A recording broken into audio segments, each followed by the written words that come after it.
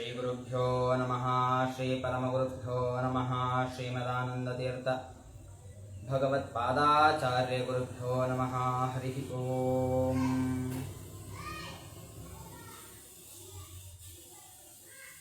ಶ್ರೀನಿವಾಸಂ ಜಗನ್ನಾಥಂ ಪದ್ಮಾವತ್ಯಾ ವಿರಾಜಿತಂ ಬ್ರಹ್ಮಹಾದ್ಯೈಃ ವಿನತಂ ವಂದೇ ಕುಲದೇವಂ ರಮಾಪತಿಂ. ಬುದ್ಧಿರ್ಬಲಂ ಯಶೋಧೈರ್ಯಂ ನಿರ್ಭಯತ್ವಮರೋಗತ ಅಜಾಡ್ಯಂ ವಾಕ್ಪಟುತ್ವಂ ಚ ಹನುಮತ್ ಸ್ಮರಣಾತ್ ಭವೇತ್. ಮೂಕೋಪಿ ಯತ್ಪ್ರಸಾದೇನ ಮುಕುಂದ ಶಯನಾಯತೆ ರಾಜರಾಜಾಯತೆ ರಿಕ್ತೋ ರಾಘವೇಂದ್ರಂ ತಮಾಶ್ರಯೇ. ಸುಷಮೀಂದ್ರ ಕರಾಬ್ಜೋತ್ಥಂ ರಾಘವೇಂದ್ರ ಗುರುಪ್ರಿಯಂ ಸುಯತೀಂದ್ರ ಗುರುಂ ವಂದೇ ಮೂಲರಾಮಾರ್ಚನೆ ರತಂ.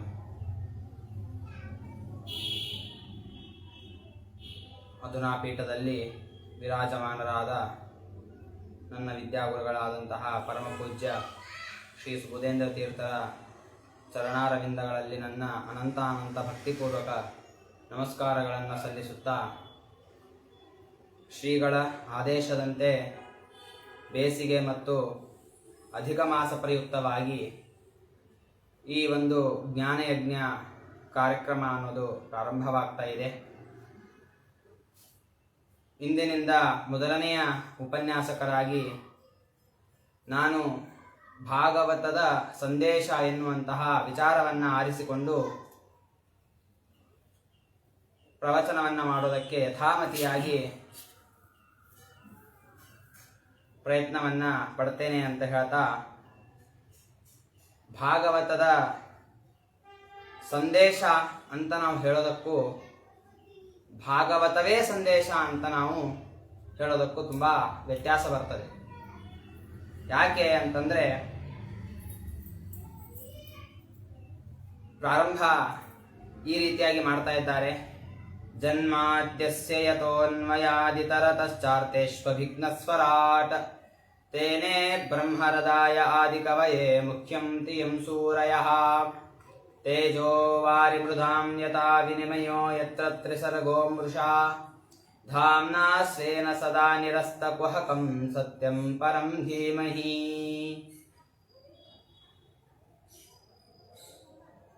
ಮಂಗಳಾಚರಣೆಯನ್ನ ಈ ರೀತಿಯಾಗಿ ಮಾಡುವ ಮೂಲಕವಾಗಿ ಮುಂದೆ ಭಾಗವತದ ಕೆಲವು ಮಹಿಮೆಗಳನ್ನ ಇಲ್ಲಿ ತಿಳಿಸ್ತಾ ಇದ್ದಾರೆ.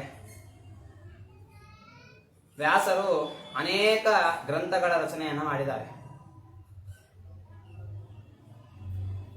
ಪಂಚರಾತ್ರ ಸಂಹಿತೆಗಳು, ರಾಮಾಯಣ, ಮಹಾಭಾರತ ಇವೆಲ್ಲವೂ ಕೂಡ ಇತಿಹಾಸಗಳಾದರೆ, ಭಗವತ್ ತತ್ವವನ್ನು ನಿರ್ದಿಷ್ಟ ರೀತಿಯಲ್ಲಿ ನಮಗೆ ಬೋಧನೆ ಮಾಡುವಂತಹ ಬ್ರಹ್ಮಮೀಮಾಂಸಾ ಶಾಸ್ತ್ರವನ್ನು, ಬ್ರಹ್ಮತರ್ಕವನ್ನು ಮುಂತಾದಂತಹ ಅನೇಕ ತತ್ವಶಾಸ್ತ್ರಗಳನ್ನು ರಚನೆ ಮಾಡಿದ್ದಾರೆ.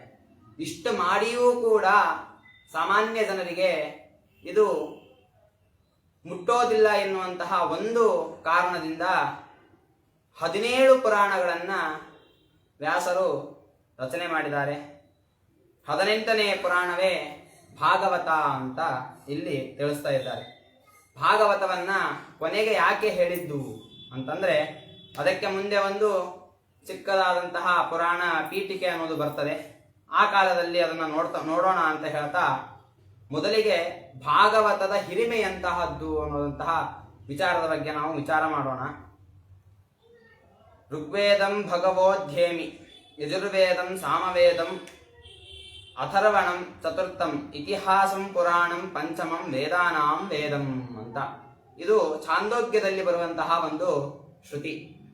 ಈ ಶ್ರುತಿ ಏನು ಹೇಳ್ತಾ ಇದೆ ಅಂತಂದ್ರೆ, ನಮಗೆ ಗೊತ್ತಿರೋದು ವೇದಗಳು ಎಷ್ಟು ಅಂತಂದ್ರೆ ನಾವೇನು ಹೇಳ್ತೇವೆ, 4 ವೇದಗಳು: ಋಗ್ವೇದ, ಯಜುರ್ವೇದ, ಸಾಮವೇದ, ಅಥರ್ವಣ ವೇದ ಎಂಬುದಾಗಿ ಈ ರೀತಿಯಾಗಿ 4 ವೇದಗಳು ಮಾತ್ರ ನಮಗೆ ತಿಳಿದಿರೋದು. ಆದರೆ 5ನೇ ವೇದವೂ ಕೂಡ ಇದೆ ಅಂತ ನಮಗೆ ಉಪನಿಷತ್ತು ತಿಳಿಸ್ತಾ ಇದೆ. ಯಾವುದದು ಅಂತಂದ್ರೆ ಇತಿಹಾಸ ಪುರಾಣ. ಈ ಎರಡೂಗಳೇನಿವೆ ಅಲ್ಲ, ಈ ಎರಡೂಗಳು ಕೂಡ 5ನೇ ವೇದ ಎಂಬುದಾಗಿ ಇತಿಹಾಸ ಪುರಾಣಂ ಪಂಚಮಂ ವೇದಾನಾಂ ವೇದಂ ಅಂತ. ಯಾರು ವೇದವನ್ನ ತಿಳಿದವರಿದ್ದಾರೋ ಅವರು ಹೇಳುವಂತಹ ಮಾತೇನು ಅಂತಂದ್ರೆ, ಇತಿಹಾಸ ಪುರಾಣಗಳು ಎರಡೂಗಳು ಕೂಡ 5ನೇ ವೇದ ಎಂಬುದಾಗಿ. ಯಾಕೆ ಅಂತಂದ್ರೆ ಅದಕ್ಕೆ ಒಂದು ಸೂಕ್ತವಾದ ಕಾರಣವನ್ನು ಹೇಳ್ತಾರೆ. ಏನು? ಇತಿಹಾಸ ಪುರಾಣಾಭ್ಯಾಂ ವೇದಂ ಸಮುಪಬೃಂಹಯೇತ್ ಅಂತ. ವೇದವನ್ನ ಅಧ್ಯಯನ ಮಾಡ್ತೇವೆ ನಾವು ಈ ಕಾಲದಲ್ಲಿ. ಆದ್ರೆ ವೇದಾಧ್ಯಯನವನ್ನ ಮಾಡುವಂತಹ ಕ್ರಮ ಹೇಗೆ ಅಂತಂತಂದ್ರೆ, ನೇರವಾಗಿ ನಾವು ಅಗ್ನಿಮೇಳೆ ಎನ್ನುವಂತಹ ಸಂಹಿತಾ ಪಾಠವನ್ನಾಗಲಿ ಅಥವಾ ಪದ ಕ್ರಮ ಜಟ ಘನಾಂತ ಅಧ್ಯಯನವನ್ನ ಮಾಡ್ತೇವೆ, ಭಾಷ್ಯವನ್ನ ಅಧ್ಯಯನ ಮಾಡ್ತೇವೆ. ಆದ್ರೆ ನಮಗೆ ವೇದಕ್ಕೆ ಸರಿಯಾದ ಸಾರ ತಿಳಿದಿರೋದಿಲ್ಲ. ಪರಸ್ಪರವಾಗಿ ವೇದದಲ್ಲಿ ಎಷ್ಟೋ ಕಡೆ ನಮಗೆ ಬಿರುಕು ಕಾಣ್ತಾ ಇರ್ತದೆ. ಒಂದು ವೇದ ವಿಷ್ಣುವನ್ನ ಸರ್ವೋತ್ತಮ ಅಂತ ಹೇಳ್ತದೆ, ಮತ್ತೊಂದು ವೇದ ಶಿವನನ್ನ ಸರ್ವೋತ್ತಮ ಅಂತ ಹೇಳ್ತದೆ, ಮತ್ತೊಂದು ವೇದ ಬ್ರಹ್ಮನನ್ನ ಸರ್ವೋತ್ತಮ ಅಂತ ಹೇಳ್ತದೆ. ಈ ರೀತಿಯಾಗಿ ಅನೇಕ ಗೊಂದಲಗಳು ನಮಗೆ ಬರ್ತಾ ಇರ್ತವೆ. ಈ ಗೊಂದಲಗಳೆಲ್ಲ ಕೂಡ ಪರಿಹಾರ ಆಗಿ ವೇದದ ಸಾರ ನಮಗೆ ತಿಳಿಬೇಕು ಅಂತಂದ್ರೆ ಇತಿಹಾಸ ಪುರಾಣಗಳನ್ನ ಬದಿಯಲ್ಲಿ ಇಟ್ಟುಕೊಂಡು ಅದಕ್ಕೆ ನಾವು ಸರಿಯಾಗಿ ಜೋಡಿಸ್ತಾ ಹೋಗಬೇಕು. ವೇದವನ್ನ ಜೋಡಿಸ್ತಾ ಹೋದಾಗ ಆಗ ನಮಗೆ ವೇದದ ಸರಿಯಾದ ಸಾರ ಅನ್ನೋದು ತಿಳಿತದೆ ಅಂತ ಶಾಸ್ತ್ರಕಾರರು ನಮಗೆ ತಿಳಿಸಿದ್ದಾರೆ. ಇನ್ನು ಅಷ್ಟೇ ಅಲ್ಲದಲೇನೆ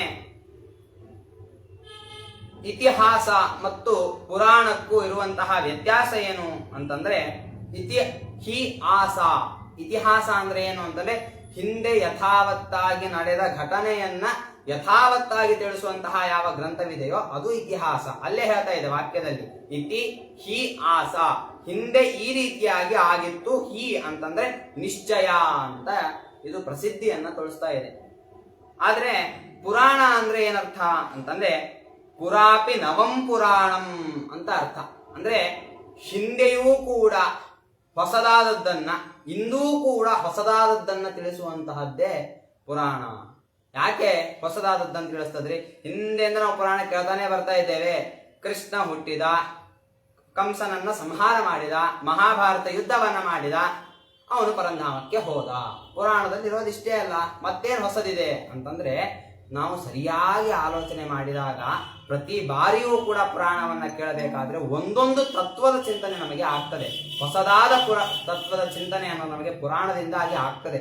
ಹಾಗಾಗಿ ಹಿಂದೆಯೂ ಕೂಡ ಹೊಸದಾದ ತತ್ವವನ್ನ ತಿಳಿಸುವಂತಹದ್ದಾಗಿತ್ತು, ಇಂದಿಗೂ ಕೂಡ ಹೊಸದಾದ ತತ್ವವನ್ನ ತಿಳಿಸುವಂತಹದ್ದಾಗಿದೆ ಆ ಪುರಾಣ ಅನ್ನೋದು. ಹಾಗಾಗಿ ಅದನ್ನ ಪುರಾಣ ಎಂಬುದಾಗಿ ಕರೀತಾರೆ ಅಂತ ತಿಳಿಸಿ, ಅಲ್ಲರಿ ಸುಮಾರು ಪುರಾಣಗಳಿವೆ, ಆದ್ರೆ ಭಾಗವತವನ್ನೇ ಹೆಚ್ಚಾಗಿ ಪುರಾಣ ಅಂತ ನಾವು ಯಾಕೆ ಹೇಳೋದು ಅಂತಂದ್ರೆ ಅದಕ್ಕೂ ಕೂಡ ಒಂದು ಮಾತನ್ನ ಹೇಳ್ತಾರೆ. ಏನು ಅಂತಂದ್ರೆ ಪುರಾಣೇಶು ತು ಸರ್ವೇಶು ಶ್ರೀಮದ್ ಭಾಗವತಂ ಪರಂ ಯತ್ರ ಪ್ರತಿಪದಂ ಕೃಷ್ಣೋ ಗೀಯತೆ ಬಹುದರ್ಶಿಹಿ ಅಂತ. ಯಾಕೆ ಭಾಗವತಕ್ಕೆ ಅಷ್ಟು ಮಹಿಮೆ ಯಾಕೆ ಬಂದಿದೆ ಅಂತಂದ್ರೆ ಅನೇಕ ಪುರಾಣಗಳಿವೆ. ಹೌದು, ಸ್ಕಂದ, ಬ್ರಹ್ಮಾಂಡ, ಭವಿಷ್ಯೋತ್ತರ, ಬ್ರಹ್ಮವೈವರ್ತ, ವಾಯು, ಲಿಂಗ, ಅಗ್ನಿ, ಕೂರ್ಮ, ವರಾಹ, ಗರುಡ. ಆದ್ರೆ ಯಾವುದಕ್ಕೂ ಇಲ್ಲದೆ ಇರತಕ್ಕಂತಹ ಒಂದು ಮಹಿಮೆ ಅನ್ನೋದು ಭಾಗವತಕ್ಕೆ ಯಾಕಿದೆ ಅಂತಂದ್ರೆ ಭಾಗವತದಲ್ಲಿ ಯಾರ ಕಥೆಯ ಒಂದು ಚಿಂತನೆ ನಡೀತಾ ಇದೆ ಅನ್ನೋದನ್ನ ನಾವು ಗಮನಿಸಬೇಕು. ಪ್ರತಿಯೊಂದು ಅಕ್ಷರದಲ್ಲಿ, ಪ್ರತಿಯೊಂದು ಪದದಲ್ಲಿ, ಪ್ರತಿಯೊಂದು ಶ್ಲೋಕದಲ್ಲಿ, ಪ್ರತಿಯೊಂದು ಗ್ರಂಥದಲ್ಲಿಯೂ ಕೂಡ ಶ್ರೀಕೃಷ್ಣನ ಲೀಲೆ ಅನ್ನೋದು ಅಡಗಿದೆ ಭಾಗವತದಲ್ಲಿ. ಹಾಗಾಗಿ ಭಾಗವತಕ್ಕೆ ಅಷ್ಟೊಂದು ವೈಶಿಷ್ಟ್ಯತೆ ಅನ್ನೋದು ಬಂದಿದೆ ಅಂತ ತಿಳಿಸ್ತಾ ಇದ್ದಾರೆ. ಇನ್ನು ಅಷ್ಟೇ ಅಲ್ಲದಲೇನೆ ಈ ಮುಖ್ಯವಾಗಿ ಭಾಗವತ ಪ್ರಾರಂಭವಾಗಿದ್ಯಾಕೆ ಅಂತಂದ್ರೆ ಅದಕ್ಕೆ ಒಂದು ಕಾರಣವನ್ನ ಕೊಡ್ತಾರೆ. ಏನು ಅಂತಂದ್ರೆ ಕಾಲವ್ಯಾಲ ಮುಖಾಲೀಡ್ಯ ಜಗತ್ರಾಣ ವಿದಾಯಕಂ ಶ್ರೀಮದ್ ಭಾಗವತಂ ಶಾಸ್ತ್ರಂ ಕಲೌಕೀರೇಣ ಭಾಷಿತಂ. ಸಾವು ಎನ್ನುವಂತಹ ಸರ್ಪ ತನ್ನ ಬಾಯಿಯನ್ನ ತಕ್ಕೊಂಡು ನಿಂತಿದೆ. ಅರಿವೇ ಇಲ್ಲಾರ್ದಾಗೆ ನಾವೇನ್ ಮಾಡ್ತಾ ಇದ್ದೇವೆ, ಆ ಬಾಯಿಯಲ್ಲೆಲ್ಲರೂ ಕೂಡ ಹೋಗಿ ಧುಮುಕ್ತಾ ಇದ್ದೇವೆ, ಸಾವಿಗೆ ಶರಣರಾಗ್ತಾನೇ ಇದ್ದೇವೆ. ಆದರೆ ಅಂತಹ ಸಾವಿಗೆ ಶರಣರಾಗುವಂತಹವರನ್ನ ಹಿಡಿದು ಬಲಕ್ಕೆ ಎಳೆದುಕೊಂಡು ಹೋಗಿ ನಮ್ಮನ್ನ ಮೋಕ್ಷ ಮಾರ್ಗದ ಹತ್ತರ ಒಯ್ಯುವಂತಹ ಒಂದು ವಿಶಿಷ್ಟವಾದಂತಹ ಗ್ರಂಥ ಯಾವುದು ಅಂತಂದ್ರೆ ಅದು ಭಾಗವತ ಅಂತ ಹೇಳ್ತಾ ಇದೆ. ಹಾಗಾಗಿ ಭಾಗವತಕ್ಕೆ ಇಷ್ಟು ಮಹಾತ್ಮೆ ಅನ್ನೋದು ನಮಗೆ ಇಲ್ಲಿ ತಿಳಿತಾ ಇದೆ.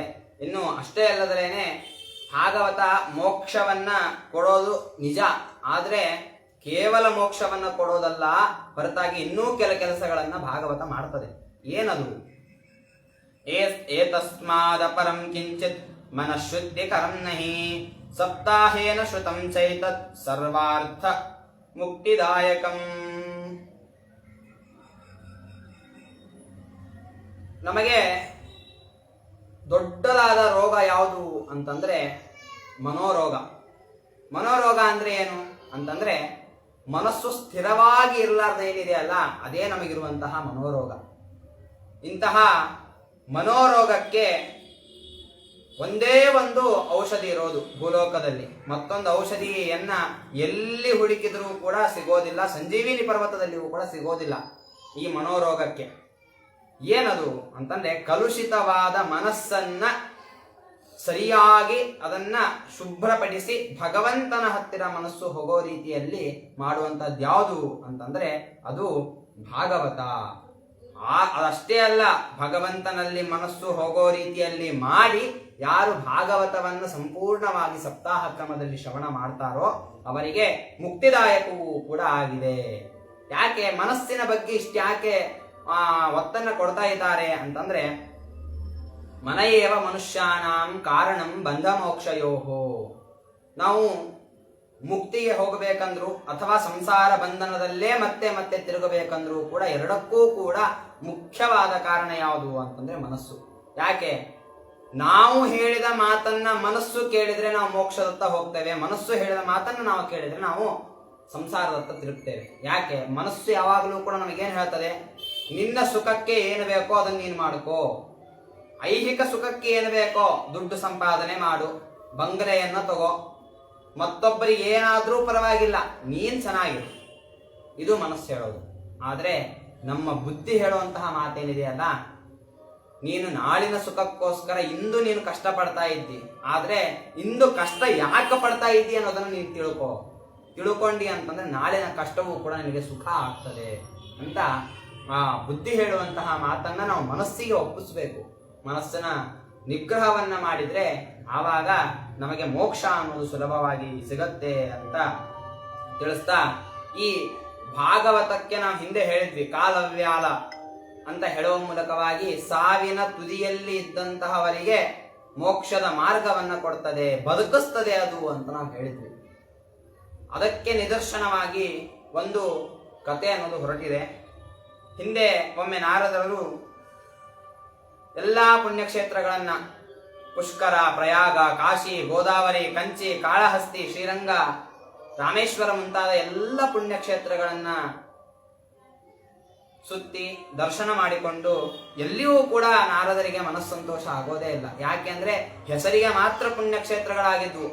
ಆ ಪುಣ್ಯಕ್ಷೇತ್ರದಲ್ಲಿ ಇರಬೇಕಾದಂತಹ ಮುಖ್ಯವಾದ ಸತ್ವ ಕ್ಷೇತ್ರಗಳಲ್ಲಿ ಇರಲಿಲ್ಲ, ಕಳ್ಕೊಂಡ್ಬಿಟ್ಟಿದ್ವಿ ಎಲ್ಲವನ್ನು. ಯಾಕೆ ಅಂದ್ರೆ ಕಲಿಕಾಲದ ಪ್ರಭಾವದಿಂದ ಬೇಸತ್ತು ಕೊನೆಗೆ ಅವರು ಒಮ್ಮೇನ್ ಮಾಡ್ತಾರೆ ಅಂತಂದ್ರೆ ಕಲಿನಾ ಧರ್ಮ ಮಿತ್ರೇಣ ಧರೆ ಎಂಬಾದಿತಾಧುನಾ ತಸ್ಯ ಶೌಚಂ ದಯಾದಾನಂ ನಾಸ್ತಿ ಕುತ್ರಾಪಿ ಭೂತಲೇ. ಈ ರೀತಿಯಾಗಿ ಮನಸ್ಸಿನಲ್ಲಿ ಅನ್ಕೊಳ್ತಾ ಹೋದ್ರಂತೆ, ಈ ಅಧರ್ಮಕ್ಕೆ ಗಳಸ್ಯ ಗಂಟಸ್ಯ ಮಿತ್ರನಂತೆ ಇರುವಂತಹ ಕಲಿಯಿಂದ ಕಲಿಯುಗದಲ್ಲಿ ಭೂಮಿ ಅನ್ನೋದು ತುಂಬಾ ಪೀಡಿತವಾಗಿದೆ. ಅಷ್ಟೇ ಅಲ್ಲ, ಸತ್ಯಕ್ಕೆ ಸ್ಥಳ ಇಲ್ಲ, ಶೌಚಕ್ಕೆ ಸ್ಥಳ ಇಲ್ಲ, ದಯೆಗೆ ಸ್ಥಳ ಇಲ್ಲ, ದಾನಕ್ಕೆ ಸ್ಥಳ ಇಲ್ಲ, ಮತ್ಯಾವ್ದ್ಯಾವ್ದಕ್ಕೆ ಇದೆ? ಕಾಮ, ಕ್ರೋಧ, ಲೋಭ, ಮೋಹ, ಮದ, ಮಾತ್ಸರ್ಯಗಳಿಂದ ತುಂಬಿದೆ. ಯಾರು ಸತ್ಯ, ಶೌಚ, ದಯಾರತರಾಗಿರ್ತಾರೋ ಅಂತವರಿಗೆ ಹಿಂಸೆಯನ್ನ ಮಾಡೋದ್ರಲ್ಲೇನೆ ನಮಗೆ ತುಂಬಾ ಸಂತೋಷ ಅನ್ನೋದು ಸಿಗ್ತಾ ಇದೆ.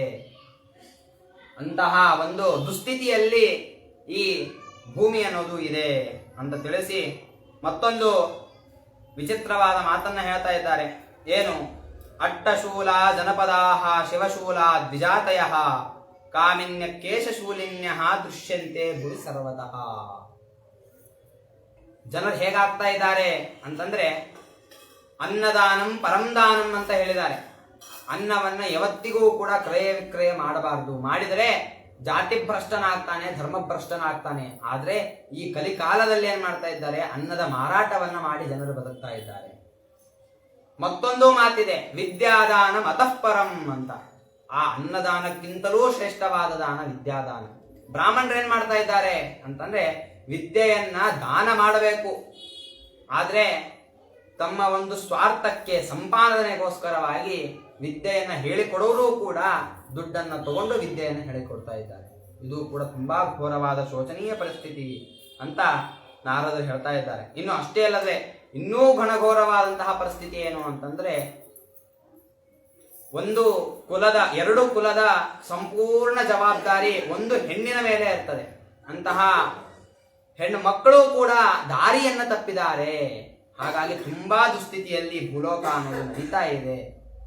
ಏನು ಮಾಡಿದ್ರು ಕೂಡ ಇದನ್ನ ಬದಲು ಮಾಡೋದಕ್ಕೆ ಆಗೋದೇ ಇಲ್ಲ ಎನ್ನುವಂತಹ ಒಂದು ಪರಿಸ್ಥಿತಿಯನ್ನ ಇಲ್ಲಿ ಸೂಚನೆ ಮಾಡ್ತಾ ಇದ್ದಾರೆ. ಮಾಡ್ತಾ ಮುಂದೆ ಅದೇ ರೀತಿಯಾಗಿ ನಡೀತಾ ಮುಂದೆ ಹೋಗ್ತಾ ಇದ್ದಾರೆ. ಹೋಗಬೇಕಾದ್ರೆ ಅವರಿಗೆ ಒಂದು ಯಮುನಾ ತೀರಕ್ಕೆ ಹೋಗ್ತಾರೆ. ಅಲ್ಲಿ ವಿಚಿತ್ರವಾದ ಒಂದು ದೃಶ್ಯವನ್ನ ನೋಡ್ತಾರೆ.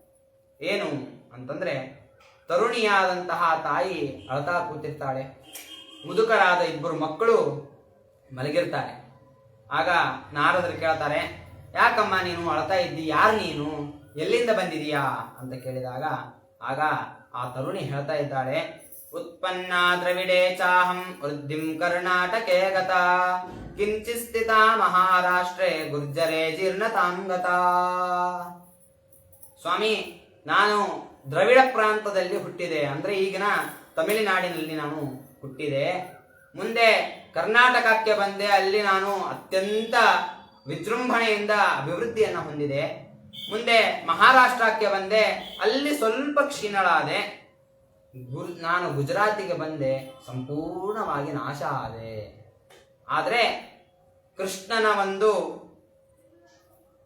ಮನೆಯಾದಂತಹ ಈ ವೃಂದಾವನಕ್ಕೆ ನಾನು ಕಾಲಿಟ್ಟ ತಕ್ಷಣ ಮತ್ತೆ ನನ್ನ ಚೈತನ್ಯ ನನಗೆ ಬಂದ್ಬಿಡ್ತು ಅಂತ ಹೇಳ್ತಾ ಇದ್ದಾಳೆ.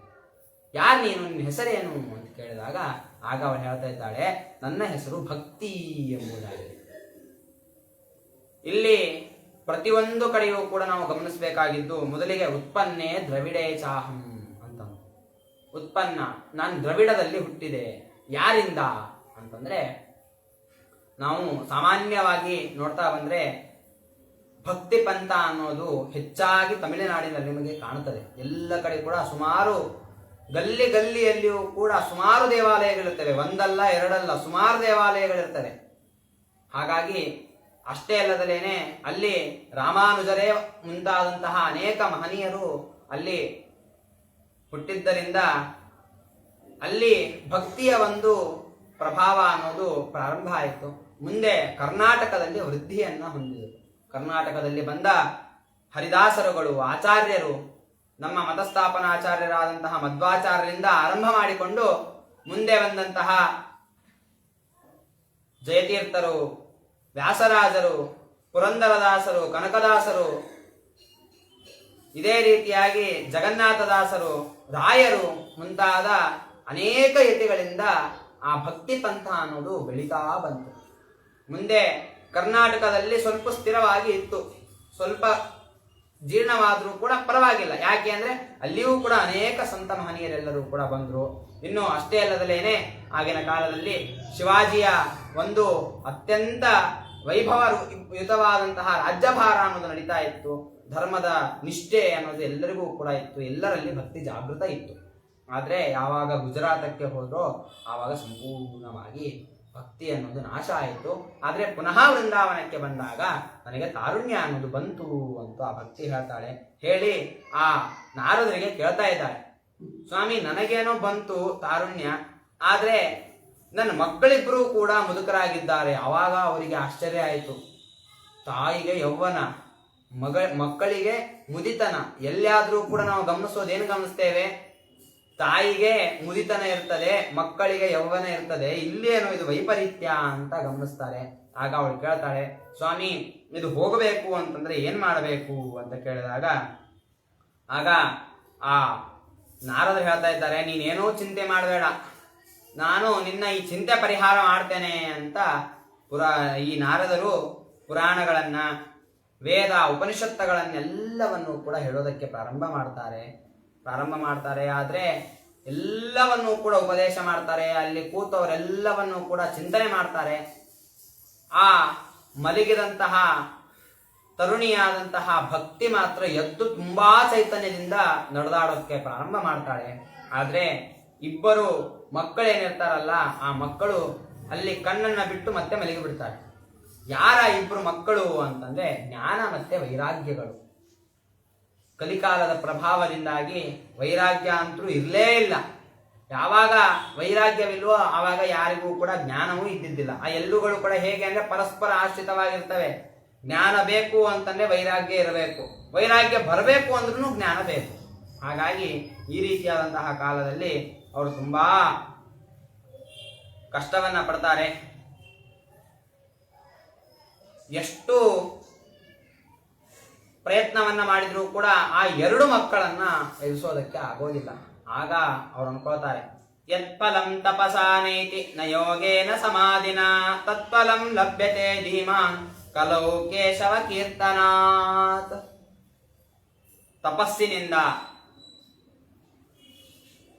ಯೋಗ ಸಮಾಧಿಯಿಂದ, ಧ್ಯಾನದಿಂದ, ಯಜ್ಞ ಯಾಗಾದಿಗಳಿಂದ ಯಾವ ಫಲ ಅನ್ನೋದು ಸಿಗೋದಿಲ್ಲವೋ ಅಂತಹ ಫಲ ಅನ್ನೋದು ಕೇವಲ ನಾಮಸ್ಮರಣೆಯಿಂದ ಸಿಗುತ್ತದೆ. ಇದು ನಮಗೆ ಭಗವಂತ ಮಾಡಿಕೊಟ್ಟಂತಹ ಮಹದುಪಕಾರ ಅಂತಾನೆ ನಾವು ತಿಳ್ಕೊಳ್ಬೇಕು. ಯಾಕೆ ಅಂದ್ರೆ ಯುಗ ಧರ್ಮವನ್ನ ಮುಂದೆ ಹೇಳ್ತಾರೆ. ಹೇಳಬೇಕಾದ್ರೆ ಒಂದೊಂದು ಯುಗದಲ್ಲಿಯೂ ಕೂಡ ಒಂದೊಂದು ರೀತಿಯಾದಂತಹ ಕರ್ಮವನ್ನ ಮಾಡಿದ್ರೆ ಭಗವಂತನ ಸಾಕ್ಷಾತ್ಕಾರ ಆಗಿ ನಮಗೆ ಮೋಕ್ಷ ಬರ್ತದೆ.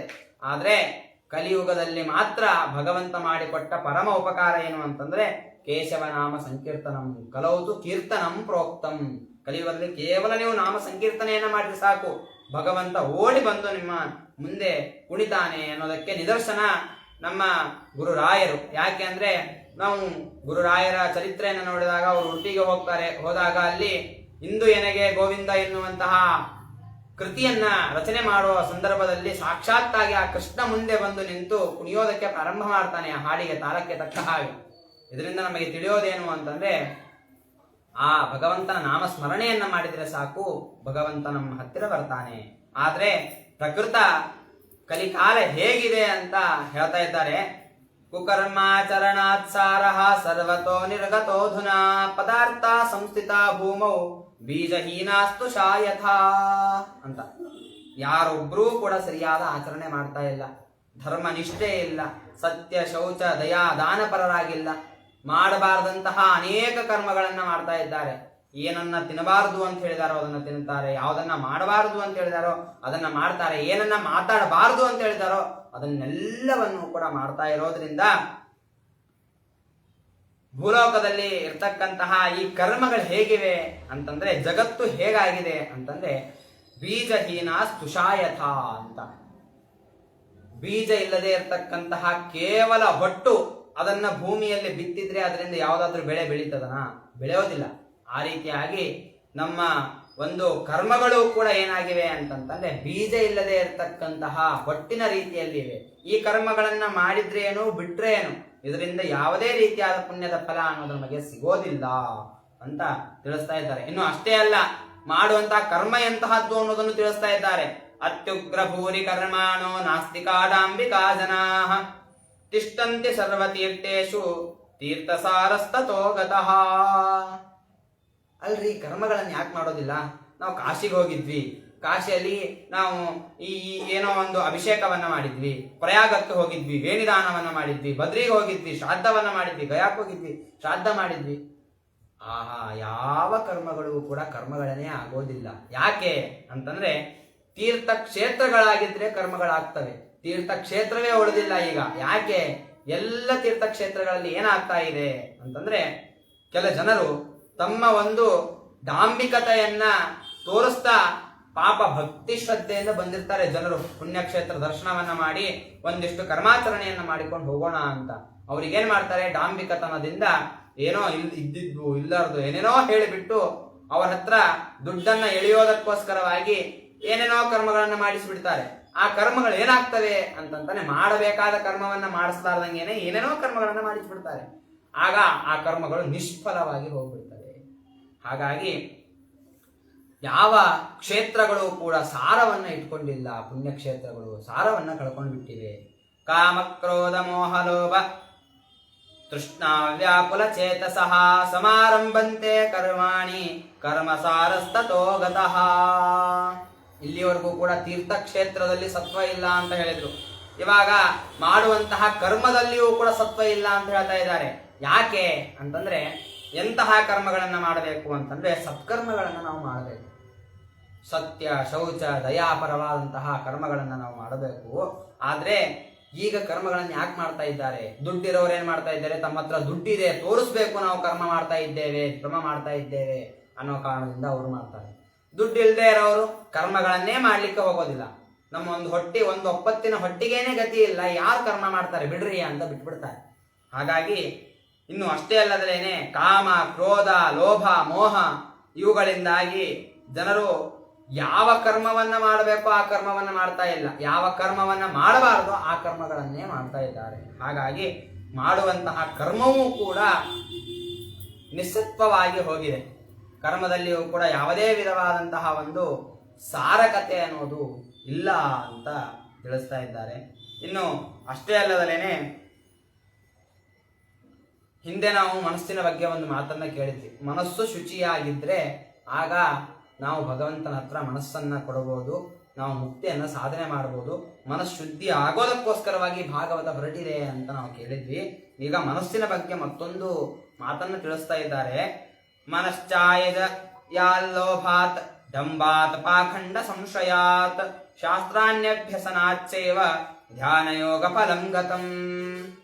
ಮನಸ್ಸನ್ನ ಯಾರು ಹತೋಟಿಯಲ್ಲೇ ಇಟ್ಕೊಂಡೇ ಇಲ್ಲ, ಬಿಟ್ಟಿದ್ದಾರೆ. ಆ ಮನಸ್ಸೇನ್ ಮಾಡ್ತಾ ಇದೆ? ಹುಚ್ಚು ಹಿಡಿದ ಮಂಗ ಯಾವ ರೀತಿಯಾಗಿ ಕುಣಿತದೋ ಆ ಮನಸ್ಸು ತನ್ನ ಪಾಡಿಗೆ ತಾನು ಕುಣಿತಾ ಇದೆ. ಯಾವ್ದು ಬೇಕೋ ಅದನ್ನು ಮಾಡ್ತಾ ಇದೆ, ಮನಸ್ಸಿಗೆ ಏನ್ ತೋಚ್ತದೋ ಅದನ್ನು ಮಾಡ್ತಾ ಇದೆ. ಒಂದು ನಿಷ್ಠೆ ಇಲ್ಲ, ದಯಾ ಇಲ್ಲ, ಸತ್ಯ ಇಲ್ಲ, ಶೌಚ ಇಲ್ಲ, ಯಾವುದೂ ಕೂಡ ಇಲ್ಲ. ಮತ್ತೆ ಅಷ್ಟೇ ಅಲ್ಲದೇನೆ ಮನಸ್ಸು ಎಂತಹದ್ದು ಅಂತಂದ್ರೆ ತುಂಬಾ ಆಸಬುರುಕಾದು. ಯಾವುದೇ ಒಂದು ತನಗೆ ಬೇಕಾದ ವಸ್ತುವನ್ನು ನೋಡಿತು ಅಂತಂದ್ರೆ ಮತ್ತೊಬ್ಬನನ್ನ ಕೊಂದಾದ್ರೂ ಪರವಾಗಿಲ್ಲ, ಅವನಿಗೆ ದುಃಖವನ್ನ ಪಡಿಸಿ ಆದ್ರೂ ಪರವಾಗಿಲ್ಲ, ಆ ವಸ್ತುವನ್ನು ನಾವು ಪಡ್ಕೊಳ್ಬೇಕು ಅನ್ನೋ ಅಷ್ಟು ಮಟ್ಟಿಗೆ ಮನಸ್ಸು ನಮ್ಮನ್ನ ಬದಲಾವಣೆ ಮಾಡ್ತದೆ. ಈ ರೀತಿಯಾದಂತಹ ಒಂದು ಸಂದರ್ಭ ಅನ್ನೋದು ಇದೆ. ಹಾಗಾಗಿ ಎಲ್ಲರೂ ಕೂಡ ಏನ್ ಮಾಡ್ತಾ ಇದ್ದಾರೆ? ಯಾರೇ ಆಗಲಿ ಶಾಸ್ತ್ರವನ್ನ ಓದೋದ್ರಲ್ಲಿ ಆಗಲಿ ಅಥವಾ ಧ್ಯಾನ ತಪಸ್ಸುಗಳನ್ನ ಆಚರಣೆ ಮಾಡೋದ್ರಲ್ಲಿ ಆಗಲಿ ಮನಸ್ಸನ್ನು ಯಾರೂ ಕೂಡ ಕೊಡ್ತಾ ಇಲ್ಲ. ಅಲ್ಲ, ಪಂಡಿತರುಗಳಿದ್ದಾರೆ, ಅವರು ಶಾಸ್ತ್ರಾಧ್ಯಯನವನ್ನ ಮಾಡ್ತಾರೆ ಅಲ್ಲ ಅಂತಂದ್ರೆ ಅದಕ್ಕೆ ಮತ್ತೊಂದು ಮಾತನ್ನು ಹೇಳ್ತಾ ಇದ್ದಾರೆ. ಪಂಡಿತಾಸ್ತು ಕಳತ್ರೇಣ ರಮಂತೆ ಮಹಿಷಾ ಇವ ಪುತ್ರಸ್ಯೋತ್ಪಾದನೆ ದಕ್ಷ ನ ದಕ್ಷ ಮೋಕ್ಷ ಸಾಧನೆ. ಪಂಡಿತರೆಂತವರಾಗಿದ್ದಾರೆ ಅಂತಂದ್ರೆ ಅವರು ಕೇವಲ ತಮ್ಮ ಹೆಂಡತಿಯರೊಂದಿಗೆ ರಮಿಸೋದಕ್ಕೆ ಇಷ್ಟಪಡ್ತಾ ಇದ್ದಾರೆ, ಮಕ್ಕಳನ್ನ ಪಡೆಯೋದರಲ್ಲಿ ಸಮರ್ಥರಾಗಿದ್ದಾರೆ. ಶಾಸ್ತ್ರವನ್ನ ಓದು ಅಂತಂದ್ರೆ ಸಾಮರ್ಥ್ಯ ಅನ್ನೋದು ಅವರಿಗೆ ಇಲ್ಲ. ಶಾಸ್ತ್ರ ಯಾರು ಓದ್ತಾರೆ? ಕಷ್ಟ ಅದು ಅಂತ ಹೇಳ್ತಾರೆ. ಅಂತಹ ಒಂದು ಪರಿಸ್ಥಿತಿ ಅನ್ನೋದು ನಮಗೆ ಈಗ ಬಂದಿದೆ ಅಂತ ಇಷ್ಟು ತಿಳಿಸಿ ಮುಂದೆ ಹೇಳ್ತಾ ಇದ್ದಾರೆ. ಆಯ್ತು, ಏನು ಮಾಡಬೇಕು? ಇಷ್ಟೆಲ್ಲ ಆಗಿದೆ, ಮತ್ತೆ ಪರಿಹಾರ ಹೇಗೆ ಇದಕ್ಕೆ ಅಂತಂದ್ರೆ ಅದಕ್ಕೆ ನಾರದರು ಒಂದೇ ಮಾತನ್ನ ಹೇಳ್ತಾ ಇದ್ದಾರೆ. ಕಲೋ ಭಕ್ತಿ ಭಕ್ತ್ಯಾ ಕೃಷ್ಣ ಪುರಸ್ಥಿತ. ಕಲಿಯುಗದಲ್ಲಿ ನಾವು ಕೇವಲ ಭಕ್ತಿಯನ್ನು ಮಾಡಬೇಕು. ಜ್ಞಾನ ಇಲ್ಲ, ವೈರಾಗ್ಯ ಇಂತರೂ ಇರೋದೇ ಇಲ್ಲ.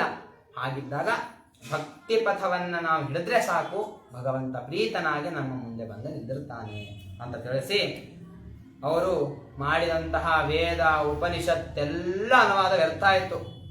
ಚಿಂತೆ ಮಾಡ್ತಾ ಅವ್ರು ಹೇಳ್ತಾರೆ, ನೀನು ಇಲ್ಲೇ ಇರು, ನಾನು ಹೋಗಿ ವಿಚಾರ ಮಾಡ್ಕೊಂಡು ಬರ್ತೇನೆ, ನಾನು ಪರಿಹಾರ ಏನು ಅಂತ ಕಂಡುಕೊಂಡು ಬರ್ತೇನೆ ಅಂತ ಅಲ್ಲಿಂದ ಅವರು ಗಂಗಾ ತೀರಕ್ಕೆ ಹೋಗ್ತಾರೆ. ಗಂಗಾ ತೀರಕ್ಕೆ ಹೋದಾಗ ಅಲ್ಲಿ ಅವರಿಗೆ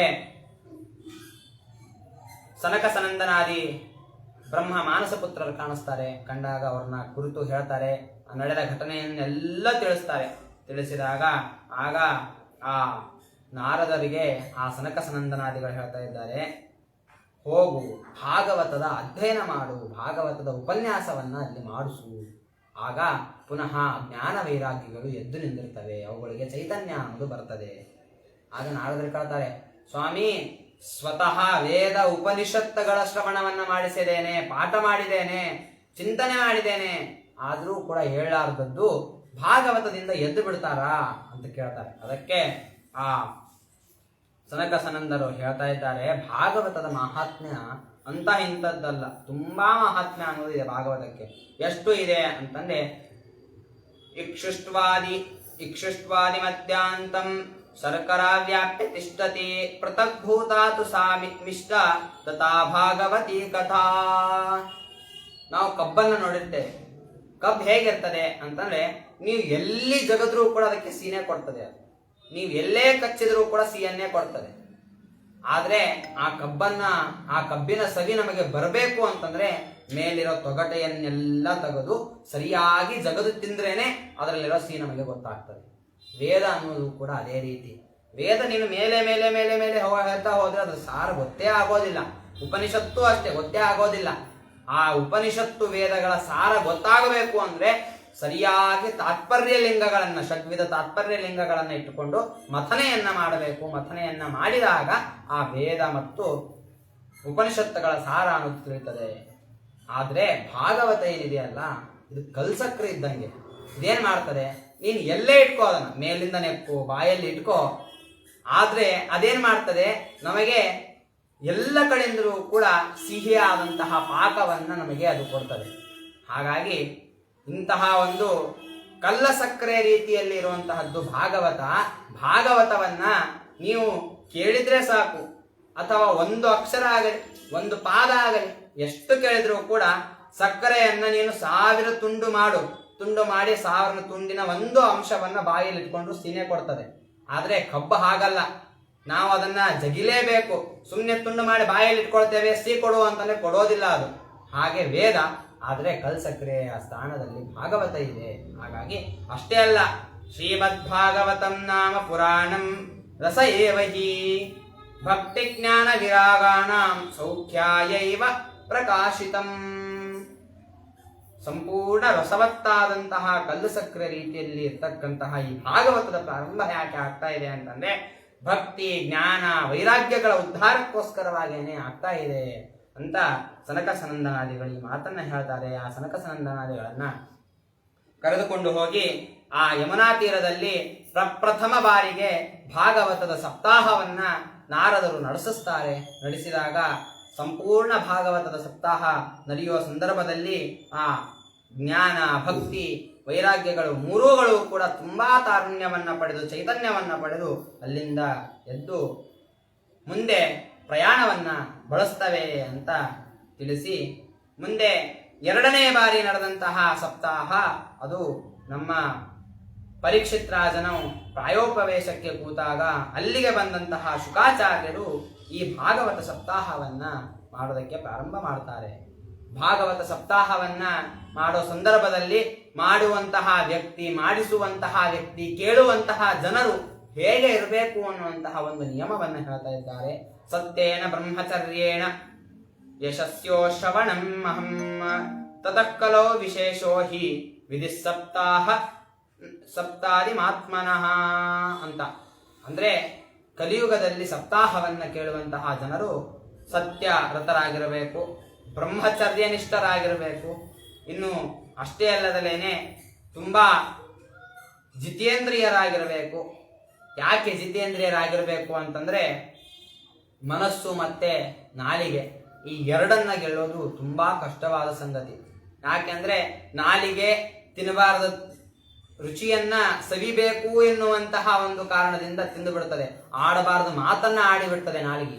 ಹಾಗಾಗಿ ನಾಲಿಗೆಯನ್ನು ನಾವು ಗಟ್ಟಿ ಮಾಡ್ಕೊಳ್ಬೇಕು. ನಾಲಿಗೆ ಈ ಪ್ರವೃತ್ತಿಯನ್ನ ಮಾಡ್ತಾ ಇದೆ ಅಂತಂದ್ರೆ ಅದಕ್ಕೆ ಕಾರಣ ಹಿಂದೆ ಮನಸ್ಸು.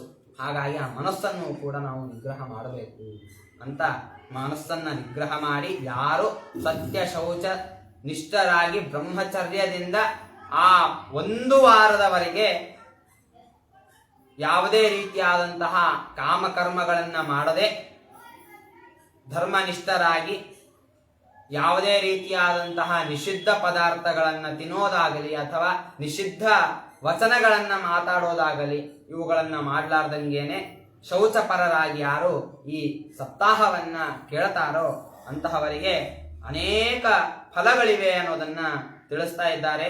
ವಿದ್ಯತೆ ಹೃದಯ ಗ್ರಂಥಿ ಶಿಂಧ್ಯತೆ ಸರ್ವ ಸಂಶಯ ಕ್ಷೀಯಂತೆ ಚಾಸ್ಯ ಕರ್ಮಾಣಿ ಶ್ರೀಮದ್ಭಾಗವತೆ ಶ್ರುತೆ. ಯಾರು ಈ ರೀತಿಯಾಗಿ ಶ್ರದ್ಧಾ ಭಕ್ತಿ ನಿಷ್ಠೆಯಿಂದ ಈ ಭಾಗವತವನ್ನ ಕೇಳ್ತಾರೋ ಅವರ ಮನಸ್ಸಿನಲ್ಲಿ ಇರ್ತಕ್ಕಂತಹ ಎಲ್ಲ ಅಜ್ಞಾನದ ತೊಡಕುಗಳೆಲ್ಲ ಕೂಡ ನಾಶ ಆಗ್ತದೆ. ಅಷ್ಟೇ ಅಲ್ಲದೇನೆ ಮನಸ್ಸಿನಲ್ಲಿ ಇರ್ತಕ್ಕಂತಹ ಎಲ್ಲ ಸಂಶಯಗಳು ಕೂಡ ನಾಶವಾಗ್ತವೆ. ಅದಕ್ಕೆ ಎಲ್ಲ ಸಂಶಯಗಳಿಗೂ ಕೂಡ ಉತ್ತರ ಅನ್ನೋದು ಅವನಿಗೆ ಸಿಗತ್ತೆ. ಇನ್ನು ಅಷ್ಟೇ ಅಲ್ಲದಲೇನೆ ಅವನು ಮಾಡಿದಂತಹ ಯಾವ ಯಾವ ಪಾಪ ಕರ್ಮಗಳಿವೆ ಎಲ್ಲಾ ಕರ್ಮಗಳು ಕೂಡ ನಾಶವಾಗುವ ಮೂಲಕವಾಗಿ ಅವನಿಗೆ ಉತ್ತಮ ಲೋಕ ಪ್ರಾಪ್ತಿ ಅನ್ನೋದಾಗತ್ತೆ. ಕರ್ಮ ಬಂಧನದಿಂದ ಅವನು ಮುಕ್ತಿಯನ್ನು ಪಡೀತಾನೆ ಅಂತ ಇಷ್ಟು ವಿಷಯವನ್ನ ಪೂರ್ವ ಪೀಠಿಕೆಯ ಒಂದು ರೂಪದಲ್ಲಿ ತಿಳಿಸಿ ಮುಂದೆ ಈ ಭಾಗವತ ಹೇಗೆ ಬಂತು ಅನ್ನೋದನ್ನ ತಿಳಿಸ್ತಾ ಇದ್ದಾರೆ. ಯಾಕೆ ಅಂತಂದ್ರೆ ಹಿಂದೆ ವೇದವ್ಯಾಸ ದೇವರು 17 ಪುರಾಣಗಳನ್ನು ರಚನೆ ಮಾಡಿದ್ರು. ಮಹಾಭಾರತ ರಾಮಾಯಣವನ್ನು ರಚನೆ ಮಾಡಿದ್ರು. ಇಷ್ಟೆಲ್ಲ ರಚನೆ ಮಾಡಿದ ವ್ಯಾಸರಿಗೆ ಒಂದು ಸಂಶಯ ಉಳಿದಿತ್ತು. ಇನ್ನೂ ಏನೋ ಮಾಡಬೇಕಾಗಿದೆ, ನಾನು ಏನು ಮಾಡಿದರೆ ಸರಿ ಹೋಗ್ತದೆ ಎನ್ನುವಂತಹ ಕಾಲದಲ್ಲಿ ರಚಿತವಾದದ್ದೇ ಈ ಭಾಗವತ ಅಂತ ತಿಳಿಸ್ತಾ, ಈ ಭಾಗವತ ಭೂಲೋಕದಲ್ಲಿ ಹೇಗೆ ಪ್ರಾರಂಭ ಆಯಿತು ಅನ್ನುವಂತಹ ವಿಷಯವನ್ನು ತಿಳಿಸ್ತಾ ಇದ್ದಾರೆ. ಶ್ರೀಮದ್ ಭಾಗವತಂ ನಾಮ ಪುರಾಣಂ ಕಾಮದಂ ನೃಣಾಂ ತಥಾಪಿ ಶ್ರವಣಂ ಚಾಸ್ಯ ನಿಷ್ಕಾಮಸ್ಯೈವ ಭಕ್ತಿದಂ. ಈ ಭಾಗವತ ಶ್ರವಣವನ್ನ ಹೇಗೆ ಮಾಡಬೇಕು, ಭಾಗವತ ಎಂತಹದ್ದು ಅಂತಂದ್ರೆ ಸಕಲ ಅಭೀಷ್ಟಗಳನ್ನ ಕೊಡುವಂತಹದ್ದು ಭಾಗವತ. ನೀವೇನೇ ಅಭೀಷ್ಟವನ್ನ, ಸಾಕ್ಷಾತ್ ಮೋಕ್ಷವನ್ನೇ ಕೊಡುವಂತದ್ದಾಗಿದೆ ಭಾಗವತ. ಆದ್ರೆ ನಮಗೆ ಈ ಫಲ ಬೇಕು ಅನ್ನುವಂತಹ ಭಾವನೆಯಿಂದ ಯಾರಾದ್ರೂ ಭಾಗವತ ಕಥಾಶ್ರವಣವನ್ನ ಮಾಡಿದ್ರೆ ಸರ್ವಥಾ ಅವರಿಗೆ ಆ ಫಲ ಅನ್ನೋದು ಲಭಿಸೋದಿಲ್ಲ. ಮತ್ತೆ ಹೇಗೆ ಕೇಳಬೇಕು ಅಂತಂದ್ರೆ ನಿಷ್ಕಾಮಸ್ಕೇವ ಭಕ್ತಿದಂ, ನಿಷ್ಕಾಮನೆಯಿಂದ ಭಗವಂತ ಪ್ರೀತನಾಗಲಿ, ಭಗವಂತನ ಜ್ಞಾನ ನಮಗೆ ಬರಲಿ ಎನ್ನುವಂತಹ ಒಂದು ಮನಸ್ಸಿನಿಂದ ಈ ಭಾಗವತ ಕಥಾಶ್ರವಣವನ್ನ ಯಾರು ಮಾಡ್ತಾರೋ ಅಂತಹವರಿಗೆ ಅವರು ಬೇಡಿದ್ದನ್ನ ಬೇಡದೇ ಇರೋದನ್ನ ಎಲ್ಲವನ್ನೂ ಕೂಡ ಕೊಡುವಂತದ್ದಾಗ್ತದೆ ಭಾಗವತ ಅಂತ ತಿಳಿಸಿ, ಈ ಭಾಗವತದ ವಿಸ್ತಾರ ಎಷ್ಟಿದೆ ಅನ್ನೋದನ್ನ ತಿಳಿಸ್ತಾ ಇದ್ದಾರೆ.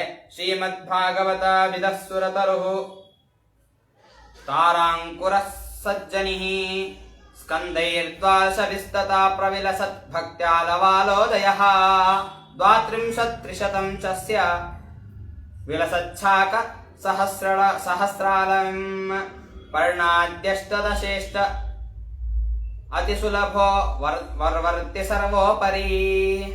ಎಷ್ಟಿದೆ ಭಾಗವತದ ಒಂದು ವಿಸ್ತಾರ ಅಂತಂದ್ರೆ, ಭಾಗವತವನ್ನ ಒಂದು ಮರಕ್ಕೆ ಹೋಲಿಸಿಬಿಟ್ಟು ಅದನ್ನ ಸ್ತೋತ್ರ ಮಾಡ್ತಾ ಇದ್ದಾರೆ ಕಲ್ಪವೃಕ್ಷದ ಪರವಾಗಿ. ಈ ಭಾಗವತ ಅನ್ನೋದು ಮೊದಲಿಗೆ ಯಾವುದರಿಂದ ಬೆಳೀತು, ಚಿಗುರಿಂದ ಯಾವ ಬೀಜದಿಂದ ಬಂತು ಅಂತಂದ್ರೆ ಓಂಕಾರ ಎನ್ನುವಂತಹ ಬೀಜವನ್ನ ಬಿತ್ತಿದಾಗ ಅದರಿಂದ ಚಿಗುರು ಹೊಡೆದಂತಹ ಒಂದು ಮರವೇನೆ ಭಾಗವತ ಅಂತ ತಿಳಿಸ್ತಾ ಇದ್ದಾರೆ. ಈ ಭಾಗವತ ಹೆಮ್ಮರವಾಗಿ ಬೆಳೆದು ನಿಂತ ನಂತರ ಈ ಭಾಗವತದ ಕವಲುಗಳಿವೆ. ಕವಲುಗಳು ಎಷ್ಟಿವೆ ಅಂತಂದ್ರೆ 12 ಕವಲುಗಳು, ಅದೇ 12 ಸ್ಕಂದಗಳು ಅಂತ ನಾವು ಕರಿತೇವೆ. ಗ್ರಂಥದ ಪರವಾಗಿ ನೋಡಿದಾಗ 12 ಸ್ಕಂದಗಳು, ಅದೇ ಒಂದು ಕಲ್ಪ ವೃಕ್ಷದ ಪರವಾಗಿ ನೋಡಿದಾಗ ಕವಲುಗಳು ಎಂಬುದಾಗಿ ನಮಗೆ ಗೊತ್ತಾಗ್ತದೆ. ಇನ್ನು ಆ ಮರದ ಸುತ್ತಲೂ ಕೂಡ ಪಾತಿಯನ್ನ ಕಟ್ಟಿರ್ತಾರೆ. ಆ ಪಾತಿ ಯಾವುದು ಅಂತಂದ್ರೆ ಭಕ್ತಿ ಎನ್ನುವಂತಹ ಪಾತಿಯಿಂದ ಬದ್ಧವಾಗಿದೆ. ಅದರ ಮಧ್ಯದಲ್ಲಿ ಆ ಕೃಷ್ಣ ಕಥಾ ಸಾರ ಎನ್ನುವಂತಹ ನೀರಿನಿಂದ ಬೆಳೆದು ನಿಂತಿದೆ ಈ ಭಾಗವತ ಅನ್ನೋದನ್ನ ತಿಳಿಸ್ತಾ ಇದ್ದಾರೆ. ಇದಕ್ಕೆ ಕೊಂಬೆಗಳೆಷ್ಟಿವೆ ಅಂತಂದ್ರೆ 332 ಕೊಂಬೆಗಳಿವೆ ಎಂಬುದಾಗಿ ಇಲ್ಲಿ ತಿಳಿಸ್ತಾ ಇದೆ. ಅದೇ ಯಾವುದು ಅಂತಂದ್ರೆ ಗ್ರಂಥ ಪರವಾಗಿ ನೋಡಿದಾಗ 332 ಅಧ್ಯಾಯಾತ್ಮಕವಾಗಿದೆ ಈ ಭಾಗವತ ಅಂತ ನಮಗೆ ತಿಳಿಯುತ್ತದೆ. ಇನ್ನು ಎಷ್ಟು ಎಲೆಗಳಿವೆ ಇದಕ್ಕೆ ಅಂತಂದ್ರೆ 18,000 ಎಲೆಗಳಿವೆ ಅನ್ನೋದನ್ನು ತಿಳಿಸ್ತಾ ಇದ್ದಾರೆ. ಇದು ವೃಕ್ಷದ ಪರವಾಗಿ. ಆದ್ರೆ ಗ್ರಂಥದ ಪರವಾಗಿ 18,000 ಶ್ಲೋಕಗಳು ಈ ಭಾಗವತದಲ್ಲಿ ಇವೆ ಅಂತ ತಿಳಿಸಿ, ಇಂತಹ ಶಾಸ್ತ್ರಗಳಲ್ಲೇನೆ ಉತ್ತಮವಾದ ಪುರಾಣಗಳಲ್ಲೇನೆ ಉತ್ತಮವಾದಂತಹ ಪುರಾಣ ಅಂತಂದ್ರೆ ಅದು ಭಾಗವತ ಅಂತ ತಿಳಿಸಿ, ಇದೇ ವಿಷಯವನ್ನ ಗರುಡ ಪುರಾಣದಲ್ಲಿಯೂ ಕೂಡ ತಿಳಿಸ್ತಾ ಇದ್ದಾರೆ. ಅರ್ಥೋಯಂ ಬ್ರಹ್ಮಸೂತ್ರಾಣಾಂ ಭಾರತಾರ್ಥ ವಿನಿರ್ಣಯ ಗಾಯತ್ರಿ ಭಾಷ್ಯ ರೂಪೋಸೋ ವೇದಾರ್ಥ ಪರಿವೃತ್ತ ಪುರಾಣಾನಾಂ ಸಾರರೂಪ ಸಾಕ್ಷಾತ್ ಭಗವತೋದಿತ ಅಂತ.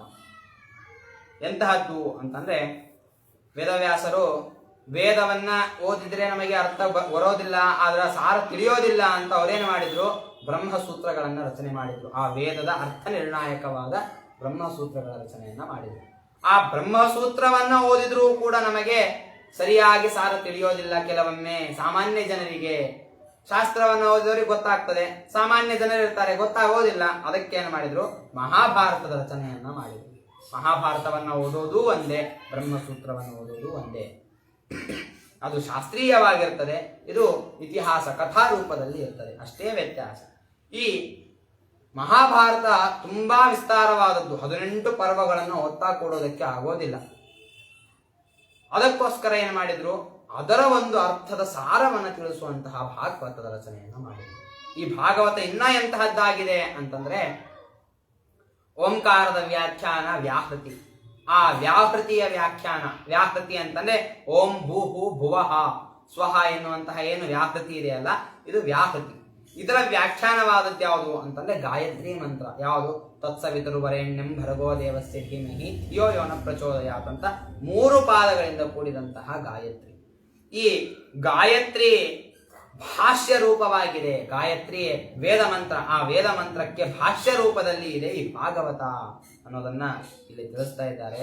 ಇಂತಹ ಭಾಗವತ ಅನ್ನೋದು ಸಂಪೂರ್ಣ ವೇದಾರ್ಥವನ್ನ ಒಳಗೊಂಡು ಆ ವೇದಾರ್ಥದ ಸಾರವನ್ನು ತಿಳಿಸುವಂತಹ ಗ್ರಂಥವಾಗಿದೆ ಅಂತ ತಿಳಿಸಿ, ಈ ಭಾಗವತ ಹೇಗಿದೆ ಅಂತಂದ್ರೆ 12 ಸ್ಕಂದ ಸಂಯುಕ್ತೋಯಂ ಶತವಿಚ್ಛೇದ ಸಂಯುತಃ ಗ್ರಂಥೋಷ್ಟಾದಸಹಸ್ರ ಶ್ರೀಮದ್ಭಾಗವತಾವಿಧ. ಹಿಂದೆ ಹೇಳಿದ್ವಲ್ಲ, ಅದೇ ಹೇಳ್ತಾ ಇದ್ದಾರೆ. 12 ಸ್ಕಂದಗಳಿವೆ, 106 ಅಧ್ಯಾಯಗಳಿವೆ, ಇನ್ನು 18,000 ಗ್ರಂಥ. ಗ್ರಂಥ ಅಂತಂದ್ರೆ 32 ಅಕ್ಷರಕ್ಕೆ ಒಂದು ಗ್ರಂಥ. ಹಾಗೆ 32 ಅಕ್ಷರಗಳು 18,000 ಇವೆ.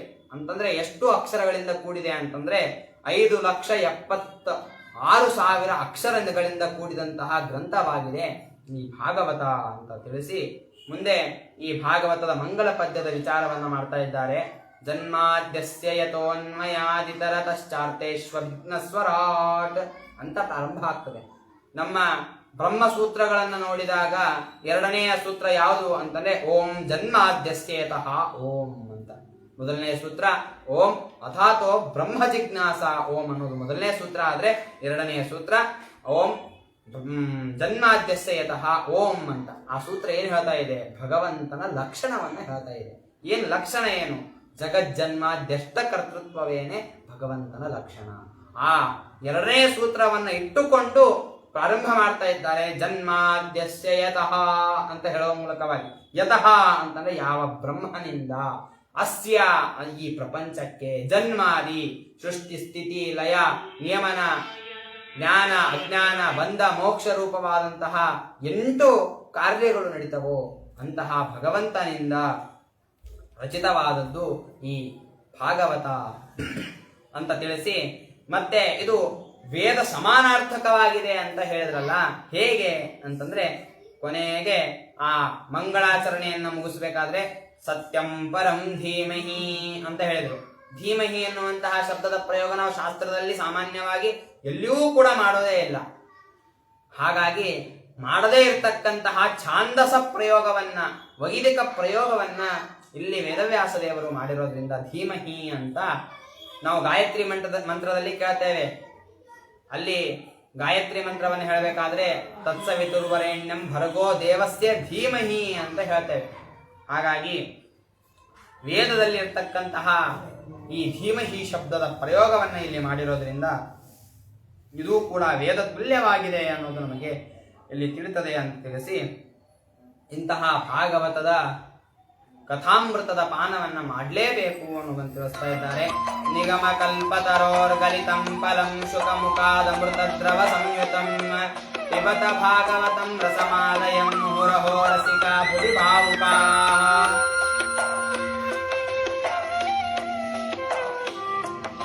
ಅಂದ್ರೆ ಶ್ರುತಿ ಎನ್ನುವಂತಹ ಕಲ್ಪವೃಕ್ಷದಿಂದ ಬಂದಂತಹ ಯಾವ ಭಾಗವತವಿದೆಯೋ, ಈ ಭಾಗವತ ಅನ್ನೋದು ಶುಕಾಚಾರ್ಯರ ಬಾಯಿಯಿಂದ ಸವಿಯಲ್ಪಟ್ಟಂತಹ ಹಣ್ಣುಳ್ಳದ್ದಾಗಿದೆ. ಶುಕ ಅಂತಂದ್ರೆ ಇಲ್ಲಿ ಒಂದು ಗಿಳಿ, ಮತ್ತೊಂದು ಶುಕಾಚಾರ್ಯರು ಎಂಬುದಾಗಿ ಅರ್ಥ. ಒಂದು ಗಿಡದಲ್ಲಿನ ಹಣ್ಣನ್ನ ಗಿಳಿ ತಿಂದಿತ್ತು ಅಂತ ಆದ್ರೆ ಅದು ತುಂಬಾ ರುಚಿಯಾಗಿರ್ತದೆ. ಅದೇ ರೀತಿಯಾಗಿ ಪ್ರಕೃತ ಈ ಭಾಗವತ ಅನ್ನುವಂತಹ ಹಣ್ಣನ್ನ ಶುಕಾಚಾರ್ಯರು ಸವಿದಿದ್ದಾರೆ. ಹಾಗಾಗಿ ಅಮೃತ ತುಲ್ಯವಾದಂತಹದ್ದಾಗಿದೆ ಈ ಭಾಗವತ ಅನ್ನೋದನ್ನ ತಿಳಿಸ್ತಾ ಇದ್ದಾರೆ. ಇಂತಹ ಅಮೃತ ತುಲ್ಯವಾದಂತಹ ಭಾಗವತ ರಸ ಆಸ್ವಾದನೆಯಿಂದ ಭಾವುಕರಾದಂತಹ ಜನರು ಯಾರೂ ಕೂಡ ವಂಚಿತರಾಗಬೇಡಿ ಅಂತ ತಿಳಿಸಿ, ಈ ಭಾಗವತದ ಸಪ್ತಾಹ ಕಾರ್ಯಕ್ರಮ ಅನ್ನೋದು ಮೊದಲನೆಗೆ ಕಲಿಯುಗದಲ್ಲಿ ನಾವು ಹಿಂದೆ ಕೇಳಿದ ರೀತಿಯಲ್ಲಿ ನಾರದರು ಮಾಡಿದ್ರು. ತದನಂತರ ಶುಕಾಚಾರ್ಯರು ನೈಮಿಷಾರಣ್ಯದಲ್ಲಿ ಮಾಡ್ತಾ ಇದ್ದಾರೆ. ಅದು ಹೇಗೆ ಪ್ರಸಂಗ ಏನು ಬಂತು ಅನ್ನೋದನ್ನು ತಿಳಿಸ್ತಾ ಇದ್ದಾರೆ. ನೈಮಿಷೇ ನಿಮಿಷೇ ಕ್ಷೇತ್ರೇ ಋಷಯಶೋಗಣಕಾದಯ ಸತ್ರಂ ಸ್ವರ್ಗಾಯ ಲೋಕಾಯ ಸಹಸ್ರ ಸಮಮಾಸತ. ಐಹಿಕ ಆಮುಷ್ಟಿಕ ಒಂದು ಫಲವನ್ನ ಅಪೇಕ್ಷೆ ಪಟ್ಟು ಶೌನಕಾದಿ ಮಹರ್ಷಿಗಳೆಲ್ಲರೂ ಕೂಡ ಸೇರಿಕೊಂಡು ನೈಮಿಷ ಎನ್ನುವಂತಹ ಅರಣ್ಯದಲ್ಲಿ 1000 ವರ್ಷಗಳ ಕಾಲ ಯಜ್ಞವನ್ನ ಮಾಡೋದಕ್ಕೆ ಪ್ರಾರಂಭ ಮಾಡಿದ್ರು, ಸತ್ರವನ್ನ. ಆ ಕಾಲದಲ್ಲಿ ಅಲ್ಲಿಗೆ ರೋಮಹರ್ಷಣರ ಆದಿ ಪುರಾಣಿಕರು ಆದಂತಹ ರೋಮಹರ್ಷಣರ ಮಗನಾದಂತಹ ಸೂತ ಪುರಾಣಿಕರು ಅಲ್ಲಿಗೆ ಬರ್ತಾರೆ. ಬಂದ ಸೂತ ಪುರಾಣಿಕರು ಅಲ್ಲೇನೆ ಅನೇಕ ಕಥಾಶ್ರವಣಗಳನ್ನ ಶೌನಕಾದಿ ಮಹರ್ಷಿಗಳ ಪ್ರಾರ್ಥನೆ ಮೇರೆಗೆ ನಡೆಸಿಕೊಡ್ತಾರೆ. ತದನಂತರ ಆ ಶೌನಕಾದಿ ಮಹರ್ಷಿಗಳು ಪುನಃ ಕೇಳ್ತಾರೆ, ಸ್ವಾಮಿ, ಅನೇಕ ಗ್ರಂಥಗಳ ಒಂದು ಶ್ರವಣವನ್ನ, ಪುರಾಣಗಳ ಶ್ರವಣವನ್ನ ನಾವು ಮಾಡಿ ಆಗಿದೆ. ಧರ್ಮಾಚಾರಗಳ ಬಗ್ಗೆ, ಧರ್ಮನಿಷ್ಠೆಗಳ ಬಗ್ಗೆ, ಸತ್ಯ ಶೌಚ ದಯಾಗಳ ಬಗ್ಗೆ, ರಾಜ ಪರಂಪರೆಗಳ ಬಗ್ಗೆ ಎಲ್ಲವನ್ನ ನಾವು ಕೇಳಿದ್ದೇವೆ. ಕರ್ಮಾಚರಣೆ ಬಗ್ಗೆ ಎಲ್ಲವನ್ನ ಕೇಳಿದ್ದೇವೆ.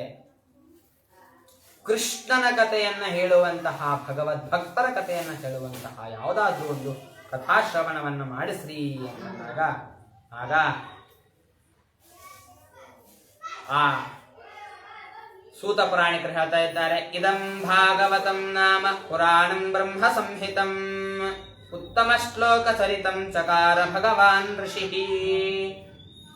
ತದಿದಂ ಗ್ರಾಹಯಾಮಾಸ ಸುತಮಾತ್ಮವತಾಂ ವರಂ ಸ್ವತು ಸಂಶಾವಯಾಮಾಸ ಮಹಾರಾಜಂ ಪರೀಕ್ಷಿತಂ ಅಹಂ ಚಾಧ್ಯಗಮಂ ತತ್ರ ನಿವಿಷ್ಟಸ್ತದನುಗ್ರಹಾತ್ ಸೋಹಂ ಶ್ರಾವಯಿಷ್ಯಾಮಿ ಯಥಾಧೀತಂ ಯಥಾಮತಿ.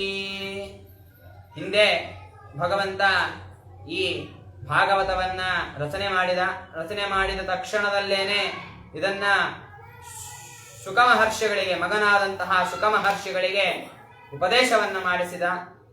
ಆ ಶುಕಮಹರ್ಷಿಗಳು ಪರೀಕ್ಷಿತ್ ಮಹಾರಾಜ ಪ್ರಾಯೋಪವೇಶಕ್ಕೆ ಕೂತಾಗ ಆ ಪರೀಕ್ಷಿತ್ ಮಹಾರಾಜನಿಗೆ ಇದರ ಒಂದು ಶ್ರವಣವನ್ನು ಮಾಡಿಸಿದ್ರು. ಆ ಸಂದರ್ಭದಲ್ಲಿ ನಾನು ಅಲ್ಲಿಗೆ ಹೋಗಿದ್ದೆ. ಶುಕಾಚಾರ್ಯರ ಒಂದು ಅಪ್ಪಣೆಯನ್ನ ಪಡೆದು ನಾನು ಈ ಭಾಗವತವನ್ನ ಯಥಾಮತಿಯಾಗಿ, ಯಥಾ ಗುಣವಾಗಿ ನಾನು ಇದನ್ನ ಅಧ್ಯಯನ ಮಾಡಿದ್ದೇನೆ, ಅದನ್ನ ನಿಮಗೆ ಹೇಳ್ತೇನೆ ಅಂತ ಶೌನಕಾದಿ ಮಹರ್ಷಿಗಳಿಗೆ ಸೂತ ಪುರಾಣಿಕರು ಈ ರೀತಿಯಾಗಿ ತಿಳಿಸಿ, ನಂತರ ಈ ಭಾಗವತದ ರಚನೆ ಹೇಗೆ ಆಯಿತು ಅಂತ ಕೇಳಿದಾಗ ಅದಕ್ಕೆ ಹೇಳ್ತಾ ಇದ್ದಾರೆ, ವೇದವ್ಯಾಸರು 4 ವೇದಗಳ ವಿಂಗಡವನ್ನ ಮಾಡಿದ್ರು, ವಿಭಾಗವನ್ನ ಮಾಡಿದ್ರು. ಋಗ್ವೇದ, ಯಜುರ್ವೇದ, ಸಾಮವೇದ, ಅಥರ್ವಣ ವೇದ ಅಂತ. ಅಲ್ಲಿ ಋಗ್ವೇದವನ್ನ ಪೈಲ ಎನ್ನುವಂತಹ ಮುನಿಗೆ ಕೊಟ್ರು, ಯಜುರ್ವೇದವನ್ನ ವೈಶಂಪಾಯನರಿಗೆ ಕೊಟ್ರು, ಇನ್ನು ಸಾಮವೇದವನ್ನ ಜೈಮಿನಿ ಮಹರ್ಷಿಗಳಿಗೆ ಕೊಟ್ರು, ಸುಮಂತು ಎನ್ನುವಂತಹ ಮಹರ್ಷಿಗಳಿಗೆ ಅಥರ್ವಣ ವೇದವನ್ನ ಕೊಟ್ರು. ಇನ್ನು ಅದಾದ ಮೇಲೆ ಏನ್ ಮಾಡಿದ್ರು, ಬ್ರಹ್ಮಸೂತ್ರಗಳ ರಚನೆಯನ್ನ ಮಾಡಿದ್ರು, ಅವುಗಳನ್ನ ಆಚಾರ್ಯರಿಗೆ ಕೊಟ್ರು. ಇನ್ನು ಅದೇ ರೀತಿಯಾಗಿ 17 ಪುರಾಣಗಳನ್ನ ರಚನೆ ಮಾಡಿದ್ರು. ಸ್ಕಂದ ಮುಂತಾದಂತಹ ಅನೇಕ 17 ಪುರಾಣಗಳ ರಚನೆಯನ್ನ ಮಾಡಿ 17 ಪುರಾಣಗಳನ್ನ ರೋಮಹರ್ಷನಿಗೆ ಕೊಟ್ರು. ಆದಿ ಪುರಾಣಿಕರು ರೋಮಹರ್ಷನರು, ಸೂತ ಪುರಾಣಿಕರ ತಂದೆ, ಅವರಿಗೆ 17 ಪುರಾಣಗಳನ್ನ ಕೊಟ್ರು. ಅದಕ್ಕಾಗಿಯೇ ರೋಮಹರ್ಷನಿಗೆ ಒಂದು ಹೆಸರು ಬಂತು. ಏನು ಅಂತಂದ್ರೆ, ಅವರು ವೇದವ್ಯಾಸದಿಂದ ಸಮಸ್ತ ಪುರಾಣಗಳನ್ನು ಶ್ರವಣ ಮಾಡಿ ಅಧ್ಯಯನ ಮಾಡಿ ಲೋಕದಲ್ಲೆಲ್ಲ ಕಡೆ ಕೂಡ ಪುರಾಣವನ್ನ ಹೇಳ್ತಾ ತಿರುಗ್ತಾ ಇದ್ರಂತೆ. ಅವರು ಪುರಾಣವನ್ನ ಹೇಳಿದ್ರೆ ಹೇಗಿರ್ತಿತ್ತು ಅಂತಂದ್ರೆ ಪುರಾಣ ಕೇಳಿದವರ ಮೈ ಮೇಲಿರುವಂತಹ ರೋಮಗಳೆಲ್ಲ ಕೂಡ ಎದ್ದು ಖುಷಿಯಿಂದ ಕುಣಿತಾ ಇದ್ವಂತೆ. ಹಾಗಾಗಿ ರೋಮ ಅಂತಂದ್ರೆ ಮೈ ಮೇಲಿರುವಂತಹ ಕೂದಲುಗಳು, ಅವುಗಳಿಗೆ ಸಂತೋಷ ಆಗ್ತಾ ಇತ್ತು. ಹಾಗಾಗಿ ಹರ್ಷಣ, ರೋಮ ಹರ್ಷಣ ಎಂಬುದಾಗಿ ಹೆಸರು ಅವರಿಗೆ ಬಂತು. ಇತಿಹಾಸ ಪುರಾಣ ನಾಂ ಪಿತಾಮೇ ರೋಮಹರ್ಷಣ ಅಂತ ಸೂತರ ಹೇಳ್ಕೊಳ್ತಾರೆ. ತಮ್ಮ ತಂದೆಗೆ ನಮಸ್ಕಾರವನ್ನು ಮಾಡಬೇಕಾದ್ರೆ ಪುರಾಣಗಳಿಗೆ ತಂದೆ, ನನ್ನ ತಂದೆ ಅಂದ್ರೆ ಪುರಾಣಗಳ ತಂದೆ ಅಂತಂದ್ರೆ ಏನು, ಪುರಾಣಗಳನ್ನ ಎಲ್ಲ ಕಡೆ ಕೂಡ ಹೆಚ್ಚಾಗಿ ಪ್ರಚಾರ ಮಾಡಿದಂತಹವರು ನನ್ನ ತಂದೆ, ಅವರು ನನ್ನ ತಂದೆ ರೋಮಹರ್ಷಣರು ಅಂತ ತಿಳಿಸಿ ಮುಂದೆ ಯಥಾ ಧರ್ಮಾದಯೋ ಹ್ಯರ್ಥ ಮುನಿವರ್ಯಾನುವರ್ಣಿತಾ ತಥಾನ ವಾಸುದೇವಸ್ಯ ಮಹಿಮಾಹ್ಯನುವರ್ಣಿತಃ. ವ್ಯಾಸರಿಗೆ ಇಷ್ಟೆಲ್ಲ ಮಾಡಿದ್ರು ಕೂಡ ಒಂದು ಕಡೆ ಕಳವಳ ಇತ್ತಂತೆ, ಏನೋ ಮಾಡಬೇಕು. ಯದ್ಯಪಿ ಭಗವಂತ ವ್ಯಾಸದೇವರು ಅವರು ಆಪ್ತಕಾಮರು, ಯಾವುದೇ ವಿಧವಾದಂತಹ ಆಸೆ ಅಪೇಕ್ಷೆ ಅನ್ನೋದು ಇರೋದಿಲ್ಲ. ಆದ್ರೆ ಒಂದು ನಾಟಕವನ್ನ ಪ್ರಾರಂಭ ಮಾಡಿದ್ರು. ಭಾಗವತ ಬರಬೇಕಲ್ಲ, ಬರೋದಕ್ಕೆ ನಾಟಕವನ್ನ ಮಾಡಬೇಕು. ಈ ನಾಟಕದ ಸ್ಕ್ರಿಪ್ಟ್ ಅನ್ನೋದು ಹಿಂದೆನೆ ಬ್ರಹ್ಮದೇವರು ಬರೆದು ಬಿಟ್ಟಿದ್ರು. ಯಾವಾಗ ಅಂದ್ರೆ ನಾರದರಿಗೆ ಭಾಗವತದ ಉಪದೇಶವನ್ನ ಮಾಡಿದಾಗ, ಮೊದಲಿಗೆ ಭಾಗವತದ ಉಪದೇಶ ಹೇಗಾಯ್ತು ಅಂತಂದ್ರೆ ಹಂಸ ನಾಮಕ ಭಗವಂತನಿಂದ ಚತುಶ್ಲೋಕಿ ಭಾಗವತ ಅನ್ನೋದು ಬ್ರಹ್ಮದೇವರಿಗೆ ಉಪದೇಶ ಆಯಿತು. ಆ ಚತುಶ್ಲೋಕಿ ಭಾಗವತವನ್ನ ಸ್ವಲ್ಪ ವಿಸ್ತಾರ ಮಾಡಿ 100 ಶ್ಲೋಕಾತ್ಮಕವಾದಂತಹ ಶತಶ್ಲೋಕಿ ಭಾಗವತವನ್ನ ಬ್ರಹ್ಮದೇವರು ನಾರದರಿಗೆ ಉಪದೇಶವನ್ನ ಮಾಡಿದ್ರು. ಆಗ ನಾರದರಿಗೆ ಹೇಳ್ತಾರೆ, 100 ಶ್ಲೋಕಗಳ ಭಾಗವತ ಆದ್ರೆ ಮುಂದೆ ಬರೋ ಜನರಿಗೆ ತಿಳಿಯಕ್ಕೆ ಕಷ್ಟ ಆಗ್ತದೆ, ತುಂಬಾ ಕಠಿಣವಾದ ಅರ್ಥದಿಂದ ಕೂಡಿದೆ ಇದು ಅಂತ ಹೇಳಿದಾಗ ಬ್ರಹ್ಮದೇವರು ಹೇಳ್ತಾರೆ, ಮುಂದೆ ವೇದವ್ಯಾಸರ ಅವತಾರ ಮಾಡ್ತಾರೆ, 17 ಪುರಾಣಗಳನ್ನು ರಚನೆ ಮಾಡಿ ಅವ್ರು ಸುಮ್ಮನೆ ಕೂತು ಬಿಡ್ತಾರೆ, ಏನೋ ಮಾಡಬೇಕು ಅಂತ. ನೀನು ಹೋಗು, ಈ ಭಾಗವತವನ್ನ ಅವ್ರಿಗೆ ಕೊಟ್ಟು ಹೇಳಬೇಕು. ನೀನೇನು ಹೇಳಬೇಕು, ಚಿಕ್ಕದಾಗಿದ್ದನ್ನ ನೀನು ದೊಡ್ಡದಾಗಿ ಮಾಡಿ ಕೊಡಬೇಕು ಸ್ವಾಮಿ ಅಂತ ಕೇಳಬೇಕು ಅಂತಂದಾಗ, ಅದೇ ರೀತಿಯಾಗಿ ಆ ವೇದವ್ಯಾಸ ದೇವರು ಚಿಂತಾಕ್ರಾಂತರಾದ ಸಂದರ್ಭದಲ್ಲಿ ನಾರದರು ಬರ್ತಾರೆ. ಬಂದುಬಿಟ್ಟು ಹೇಳ್ತಾರೆ, ಸ್ವಾಮಿ ಧರ್ಮಗಳ ಬಗ್ಗೆ, ಮುನಿಗಳ ಬಗ್ಗೆ, ಋಷಿಗಳ ಬಗ್ಗೆ, ರಾಜರಗಳ ಬಗ್ಗೆ ಎಲ್ಲರ ಬಗ್ಗೆ ನೀನು ಹೇಳಿದಿ, ಆದ್ರೆ ಭಗವಂತನ ಕಥೆಯನ್ನ ಹೇಳಲಿಲ್ಲ, ಅದನ್ನ ಹೇಳು. ಏನ್ ಮಾಡಬೇಕು ಅಂದ್ರೆ, ಸ್ವಾಮಿ ಹಿಂದೆ ನೀನು ನಿನ್ನ ಮಗಗೆ ಉಪದೇಶ ಮಾಡಿದ್ದಿ ಬ್ರಹ್ಮನಿಗೆ ಭಾಗವತ ಅಂತ, ಆ ಭಾಗವತವನ್ನ ಮತ್ತೆ ರಚನೆ ಮಾಡು, ವಿಸ್ತಾರವಾಗಿ ರಚನೆ ಮಾಡು ಅಂತಂದಕ್ಕೆ 18 ನೋಡ್ರಿ, ಮೊದಲಿಗೆ ಹೇಳಿದ್ದ ಯಾವಾಗ 4 ಶ್ಲೋಕ ಹೇಳಿದ್ದ ಭಗವಂತ, ಆದ ಮೇಲೆ 18,000 ಶ್ಲೋಕಗಳಿಂದ ರಚನೆ ಮಾಡಿದ ಅದೇ ಭಾಗವತವನ್ನ. ಭಗವಂತನಿಗೆ ಒಂದು ವಿಷಯವನ್ನ ಚಿಕ್ಕದಾಗಿ ಹೇಳೋದಕ್ಕೂ ಬರ್ತದೆ, ಅದನ್ನ ವಿಸ್ತಾರ ಮಾಡಿ ದೊಡ್ಡದಾಗಿ ಹೇಳೋದಕ್ಕೂ ಬರ್ತದೆ. ಅಗಮ್ಯ ಮಹಿಮೆ ಅನ್ನೋದು ಭಗವಂತನದು ಅಂತ ಇಷ್ಟು ತಿಳಿಸಿ ಆ ಭಾಗವತದ ಒಂದು ಉಪಕ್ರಮವನ್ನ ಮಾಡಿ ಭಾಗವತದ ರಚನೆಯನ್ನ ಮಾಡ್ತಾರೆ. ರಚನೆ ಮಾಡಿದ ತಕ್ಷಣದಲ್ಲೇನೆ ಸಸಂಹಿತಾಂ ಭಾಗವತೀಂ ಕೃತ್ವಾನುಕ್ರಮ್ಯ ಚಾತ್ಮಜಂ ಶುಕಮಧ್ಯಾಪಯಾಮಾಸ ನಿವೃತ್ತಿ ನಿರತಂ ಮುನಿಂ. ಭಾಗವತದ ರಚನೆ ಆದ ತಕ್ಷಣ ವೇದವ್ಯಾಸ ದೇವರು ಏನ್ ಮಾಡಿದ್ರು ಅಂತಂದ್ರೆ, ಶುಕಾಚಾರ್ಯರಿಗೆ ಆ ಭಾಗವತದ ಪಾಠವನ್ನ ಮಾಡಿ ಅಧ್ಯಯನ ಮಾಡಿಸಿದ್ರು. ನಾವು ಹಿಂದೆ ಕೇಳಿದ್ವಿ, 17 ಪುರಾಣಗಳನ್ನ ರೋಮಹರ್ಷಣನಿಗೆ ಪಾಠ ಮಾಡಿ ಉಪದೇಶ ಮಾಡಿ ಕಳಿಸಿದ್ರು. ಒಂದು ಪುರಾಣ ಅವರಿಗೆ ಮಾಡಬಹುದಿತ್ತಲ್ಲ, ಯಾಕೆ ಮಾಡಲಿಲ್ಲ ಅಂತಂದ್ರೆ, ನಿವೃತ್ತಿ ಮಾರ್ಗದಲ್ಲಿ ಯಾರು ಇರ್ತಾರೋ, ನಿಷ್ಕಾಮ ಕರ್ಮವನ್ನು ಯಾರು ಮಾಡ್ತಾ ಇರ್ತಾರೋ ಅಂತಹವರಿಗೇನೆ ಯೋಗ್ಯವಾದದ್ದು ಈ ಭಾಗವತ ಅನ್ನೋದನ್ನ ತಿಳಿಸ್ಲಿಕ್ಕೆ ತಮ್ಮ ಮಗನಾದಂತಹ ಶುಕಾಚಾರ್ಯರಿಗೆ ಮಾಡಿದ್ರು. ಯಾಕೆ ಶುಕಾಚಾರ್ಯ ಎಂತವರು ಅಂತಂದ್ರೆ, ಅವರು ಎಲ್ಲವನ್ನು ಬಿಟ್ಟಂತವ್ರು. ಎಂ ಪ್ರೌಢಜಂತಮನುಪೇತಮಪೇತ ಕೃತ್ಯಂ ದ್ವೈಪಾಯನೋ ವಿರಹ ಕಾತರ ಆಜುಹಾವ. ತಂದೆಯನ್ನು ಬಿಟ್ಟು ಹೋಗ್ಬಿಟ್ಟಿದ್ರು. ಅವರು ತಿರುಗ್ತಾ ಇರ್ತಿದ್ರು, ಎಲ್ಲಿ ಸಿಕ್ಕರೆ ಅಲ್ಲಿ ತಿರುಗ್ತಾ ಇರ್ತಿದ್ರು, ಏನ್ ಸಿಕ್ಕರೆ ಅದನ್ನ ತಿಂತಾ ಇದ್ರು.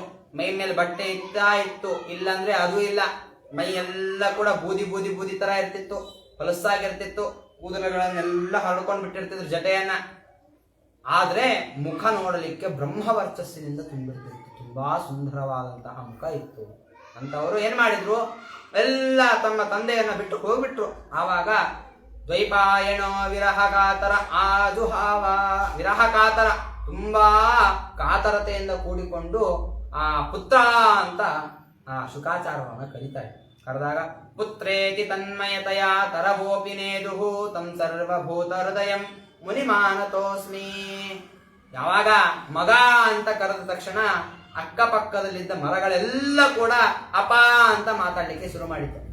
ಏನಿದೆ ಆಶ್ಚರ್ಯ ಅಂತ ಅಲ್ಲಿರೋರಿಗೆಲ್ಲರಿಗೂ. ಆಗ ಹೇಳ್ತಾ ಇದ್ದಾರೆ, ಶುಕಾಚಾರ್ಯರು ಬೇರೆ ಯಾರೂ ಅಲ್ಲ, ರುದ್ರದೇವರು ಯಾವುದಕ್ಕೆ ಅಭಿಮಾನಿಗಳು? ಅಹಂಕಾರ ತತ್ವ, ಮನಸ್ಸಿಗೆ ಅಭಿಮಾನಿ ದೇವತೆಗಳು.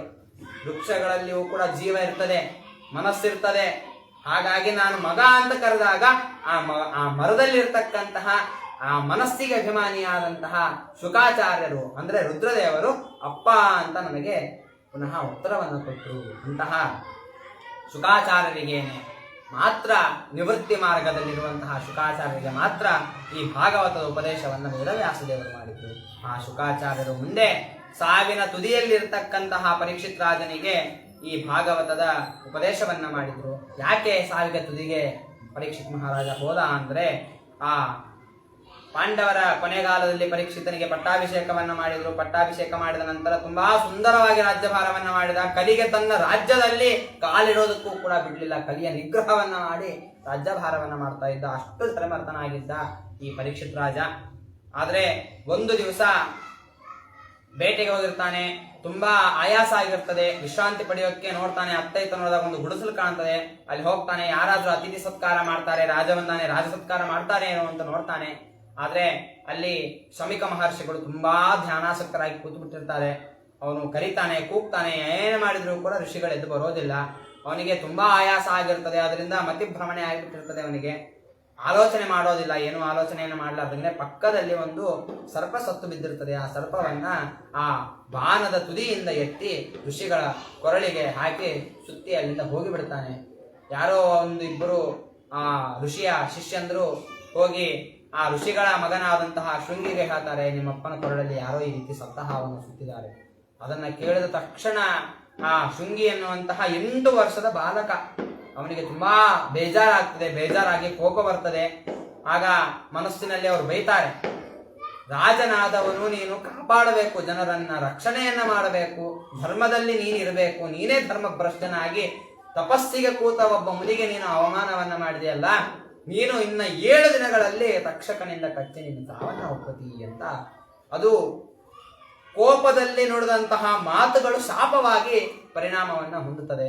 ಈ ವಿಷಯ ಋಷಿಗಳಿಗೆ ಗೊತ್ತಾಗ್ತದೆ, ಶಾಪವನ್ನ ಕೊಟ್ಟ ವಿಷಯ. ತಕ್ಷಣದಲ್ಲೇ ಎದ್ದು ಬರ್ತಾರೆ, ಬಂದು ಮಗನನ್ನ ತುಂಬಾ ಬೈತಾರೆ. ಎಂತಹ ತಪ್ಪು ಕೆಲಸ ಮಾಡಿಬಿಟ್ಟು ನೀನು, ನಾವಿವತ್ತು ಇಷ್ಟು ಸುಖವಾಗಿ ನಾವು ಯಾರದೇ ಒಂದು ಕಲಿ ಬಾಧೆ ಇಲ್ಲಾರ್ದಾಗೇನೆ ನಾವು ತಪಸ್ಸನ್ನ ಮಾಡ್ತಾ ಇದ್ದೇವೆ ಅಂತಂದ್ರೆ ಅದು ಯಾರ ಕಾರಣ? ಪರೀಕ್ಷಿತ್ ರಾಜನ ಕಾರಣದಿಂದ ಮಾಡ್ತಾ ಇದ್ದೇವೆ. ಅಂತಹ ರಾಜನಿಗೆ ಶಾಪವನ್ನು ಕೊಟ್ಟು ನೀನು ಮಾಡಿದ್ದು ಸರಿಯಲ್ಲ ಅಂತ ಹೇಳ್ತಾರೆ. ಕೊಟ್ಟ ಶಾಪವನ್ನ ಮತ್ತೆ ಹಿಂದೆ ತೆಗೆಯೋಕೆ ಬರೋದಿಲ್ಲ. ಹಾಗಾಗಿ ಶಿಷ್ಯಂದ್ರನ್ನ ಕರೆದು ಹೇಳ್ತಾರೆ, ರಾಜಗೆ ಹೋಗಿ ಹೇಳು, ಈ ರೀತಿ ಶಾಪ ಬಂದಿದೆ, 7 ದಿನ ಸಮಯ ಇದೆ, ಸಾಧನೆಯನ್ನ ಮಾಡ್ಕೊಳ್ಳೋದಕ್ಕೆ ಹೇಳು ಅಂತಂದಾಗ ಹೋಗಿ ಹೇಳ್ತಾರೆ. ರಾಜನು ತುಂಬಾ ದುಃಖವನ್ನ ಪಡ್ತಾನೆ. ಅವನಿಗೆ ಏನು ಮಾಡಬೇಕು ಅಂತ ತೋಚೋದಿಲ್ಲ. 7 ದಿನಗಳಲ್ಲಿ ಸಾವು ಬರ್ತದೆ, ಏನು ಮಾಡಬೇಕು ಅಂತ ತೋಚೋದಿಲ್ಲ. ಆಗ ಒಂದು ಕಥೆಯನ್ನ ಹೇಳ್ತಾರೆ. ಏನು ಅಂತಂದ್ರೆ, ಖಟ್ವಾಂಗ ಅಂತ ಒಬ್ಬ ರಾಜ, ಅವನು ದೇವತೆಗಳಿಗೆ ಯುದ್ಧವನ್ನ ಮಾಡಿ ದೇವತೆಗಳನ್ನ ಗೆಲ್ಲಿಸಿಕೊಟ್ಟು ಬರ್ತಾನೆ. ಬರಬೇಕಾದ್ರೆ ದೇವತೆಗಳು ಕೇಳ್ತಾರೆ, ರಾಜ ನಿಂಗೆ ಏನ್ ಬೇಕು ಅಂತ ಕೇಳಿದಾಗ ಅವನು ಕೇಳ್ತಾನೆ, ನಾನು ಇನ್ನು ಎಷ್ಟು ಕಾಲ ಭೂಮಿ ಮೇಲೆ ಬದುಕಿರ್ತೇನೆ ನಂಗೆ ಹೇಳ್ರಿ ಅಂತಂದಾಗ ಅವ್ರು ಹೇಳ್ತಾರೆ, ಸರಿಯಾಗಿ 1 ಮುಹೂರ್ತ ಕಾಲ ಅಂದ್ರೆ 48 ನಿಮಿಷಗಳ ಕಾಲ ನೀನು ಬದುಕಿರ್ತಿ ಅಂತ ಹೇಳಿದಾಗ ಭೂಲೋಕಕ್ಕೆ ಬರ್ತಾನೆ. 48 ನಿಮಿಷಗಳಲ್ಲಿ ಅವನು ಸಾಧನೆಯನ್ನ ಮಾಡಿಕೊಂಡು ಮೋಕ್ಷಕ್ಕೆ ಹೋಗ್ತಾನೆ. 7 ದಿನಗಳಿಗೆ ನಿನ್ನ ಹತ್ರ ಎಷ್ಟು ಸಾಧನೆ ಮಾಡಬಹುದು, ಸಾಧನೆಯನ್ನ ಮಾಡು ಅಂತ ಆ ಋಷಿಗಳು ಹೇಳ್ತಾರೆ. ಹೇಳಿದಾಗ ಆಯ್ತು ಸರಿ ಅಂತ ಅವನು ಏನ್ ಮಾಡ್ತಾನೆ, ಗಂಗಾ ನದಿ ತೀರಕ್ಕೆ ಹೋಗ್ತಾನೆ, ಪ್ರಾಯೋಪವೇಶಕ್ಕೆ ಕೊಡ್ತಾನೆ. ಪ್ರಾಯೋಪವೇಶ ಅಂತಂದ್ರೆ ಗಂಗಾ ನದಿ ಮಧ್ಯದಲ್ಲಿ ಒಂದು ಮಂಟಪವನ್ನ ನಿರ್ಮಾಣ ಮಾಡಿಸ್ಬಿಟ್ಟು ಆ ಮಂಟಪದಲ್ಲಿ ನೀರು, ಪಾನೀಯ, ಅನ್ನ, ಹಣ್ಣು, ಹಂಪಲು ಏನೂ ಇರೋದಿಲ್ಲ. ಉಪವಾಸ ವ್ರತವನ್ನ ಕೈಗೈತಾನೆ. ಗೈದಾಗ ಅಲ್ಲಿಗೆ ಅನೇಕ ಜನ ಋಷಿಮುನಿಗಳೆಲ್ಲರೂ ಕೂಡ ಬರ್ತಾರೆ, ಸೂತರೂ ಬರ್ತಾರೆ. ತದನಂತರ ದೂರದಿಂದ ಯಾರೋ ಒಬ್ಬ ಹುಚ್ಚ ಬರೋ ರೀತಿಯಲ್ಲಿ ಕಾಣಿಸ್ತದೆ. ಹೇಗಿತ್ತು ಅಂತಂದ್ರೆ, ತತ್ರಾಗಮತ್ ಭಗವಾನ್ ವ್ಯಾಸಪುತ್ರಃ ಯದಚ್ಛಯಾಗಾಮಟಮಾನೋ ನಪೇಕ್ಷಃ ಅಲಕ್ಷಲಿಂಗೋ ನಿಜಲಾಭೇನ ತುಷ್ಟಃ ವೃತಶ್ಚ ಬಾಲೈರವಧೂತ ವೇಷಃ. ಅವಧೂತ ವೇಷದಲ್ಲಿದ್ರು. ಮೈಯೆಲ್ಲ ಬೂದಿ ಆಗಿತ್ತು. ಮೈ ಮೇಲೆ ಹರಕು ತುಂಡು ಬಟ್ಟೆ ಇತ್ತು. ಕೊರಳಲ್ಲಿ ಒಂದು ಹಾರವನ್ನು ಹಾಕಿದ್ರು. ಅಕ್ಕಪಕ್ಕ ಆ ಕೂದಲುಗಳೆಲ್ಲ ಕೆದರ್ಕೊಂಡ್ ಬಿಟ್ಟಿದ್ರು. ಅಕ್ಕಪಕ್ಕ ಚಿಕ್ಕ ಮಕ್ಕಳಿನಿಂದ ಕೂಡಿಕೊಂಡಿದ್ರು. ಆ ಚಿಕ್ಕ ಮಕ್ಕಳೆಲ್ಲ ನೋಡಿಬಿಟ್ಟು ಹುಚ್ಚ ಹುಚ್ಚ ಅಂತಾನೆ ಕರೀತಾ ಇದ್ರು, ಕಲ್ಲುಗಳು ಒಗಿತಾ ಇದ್ರು.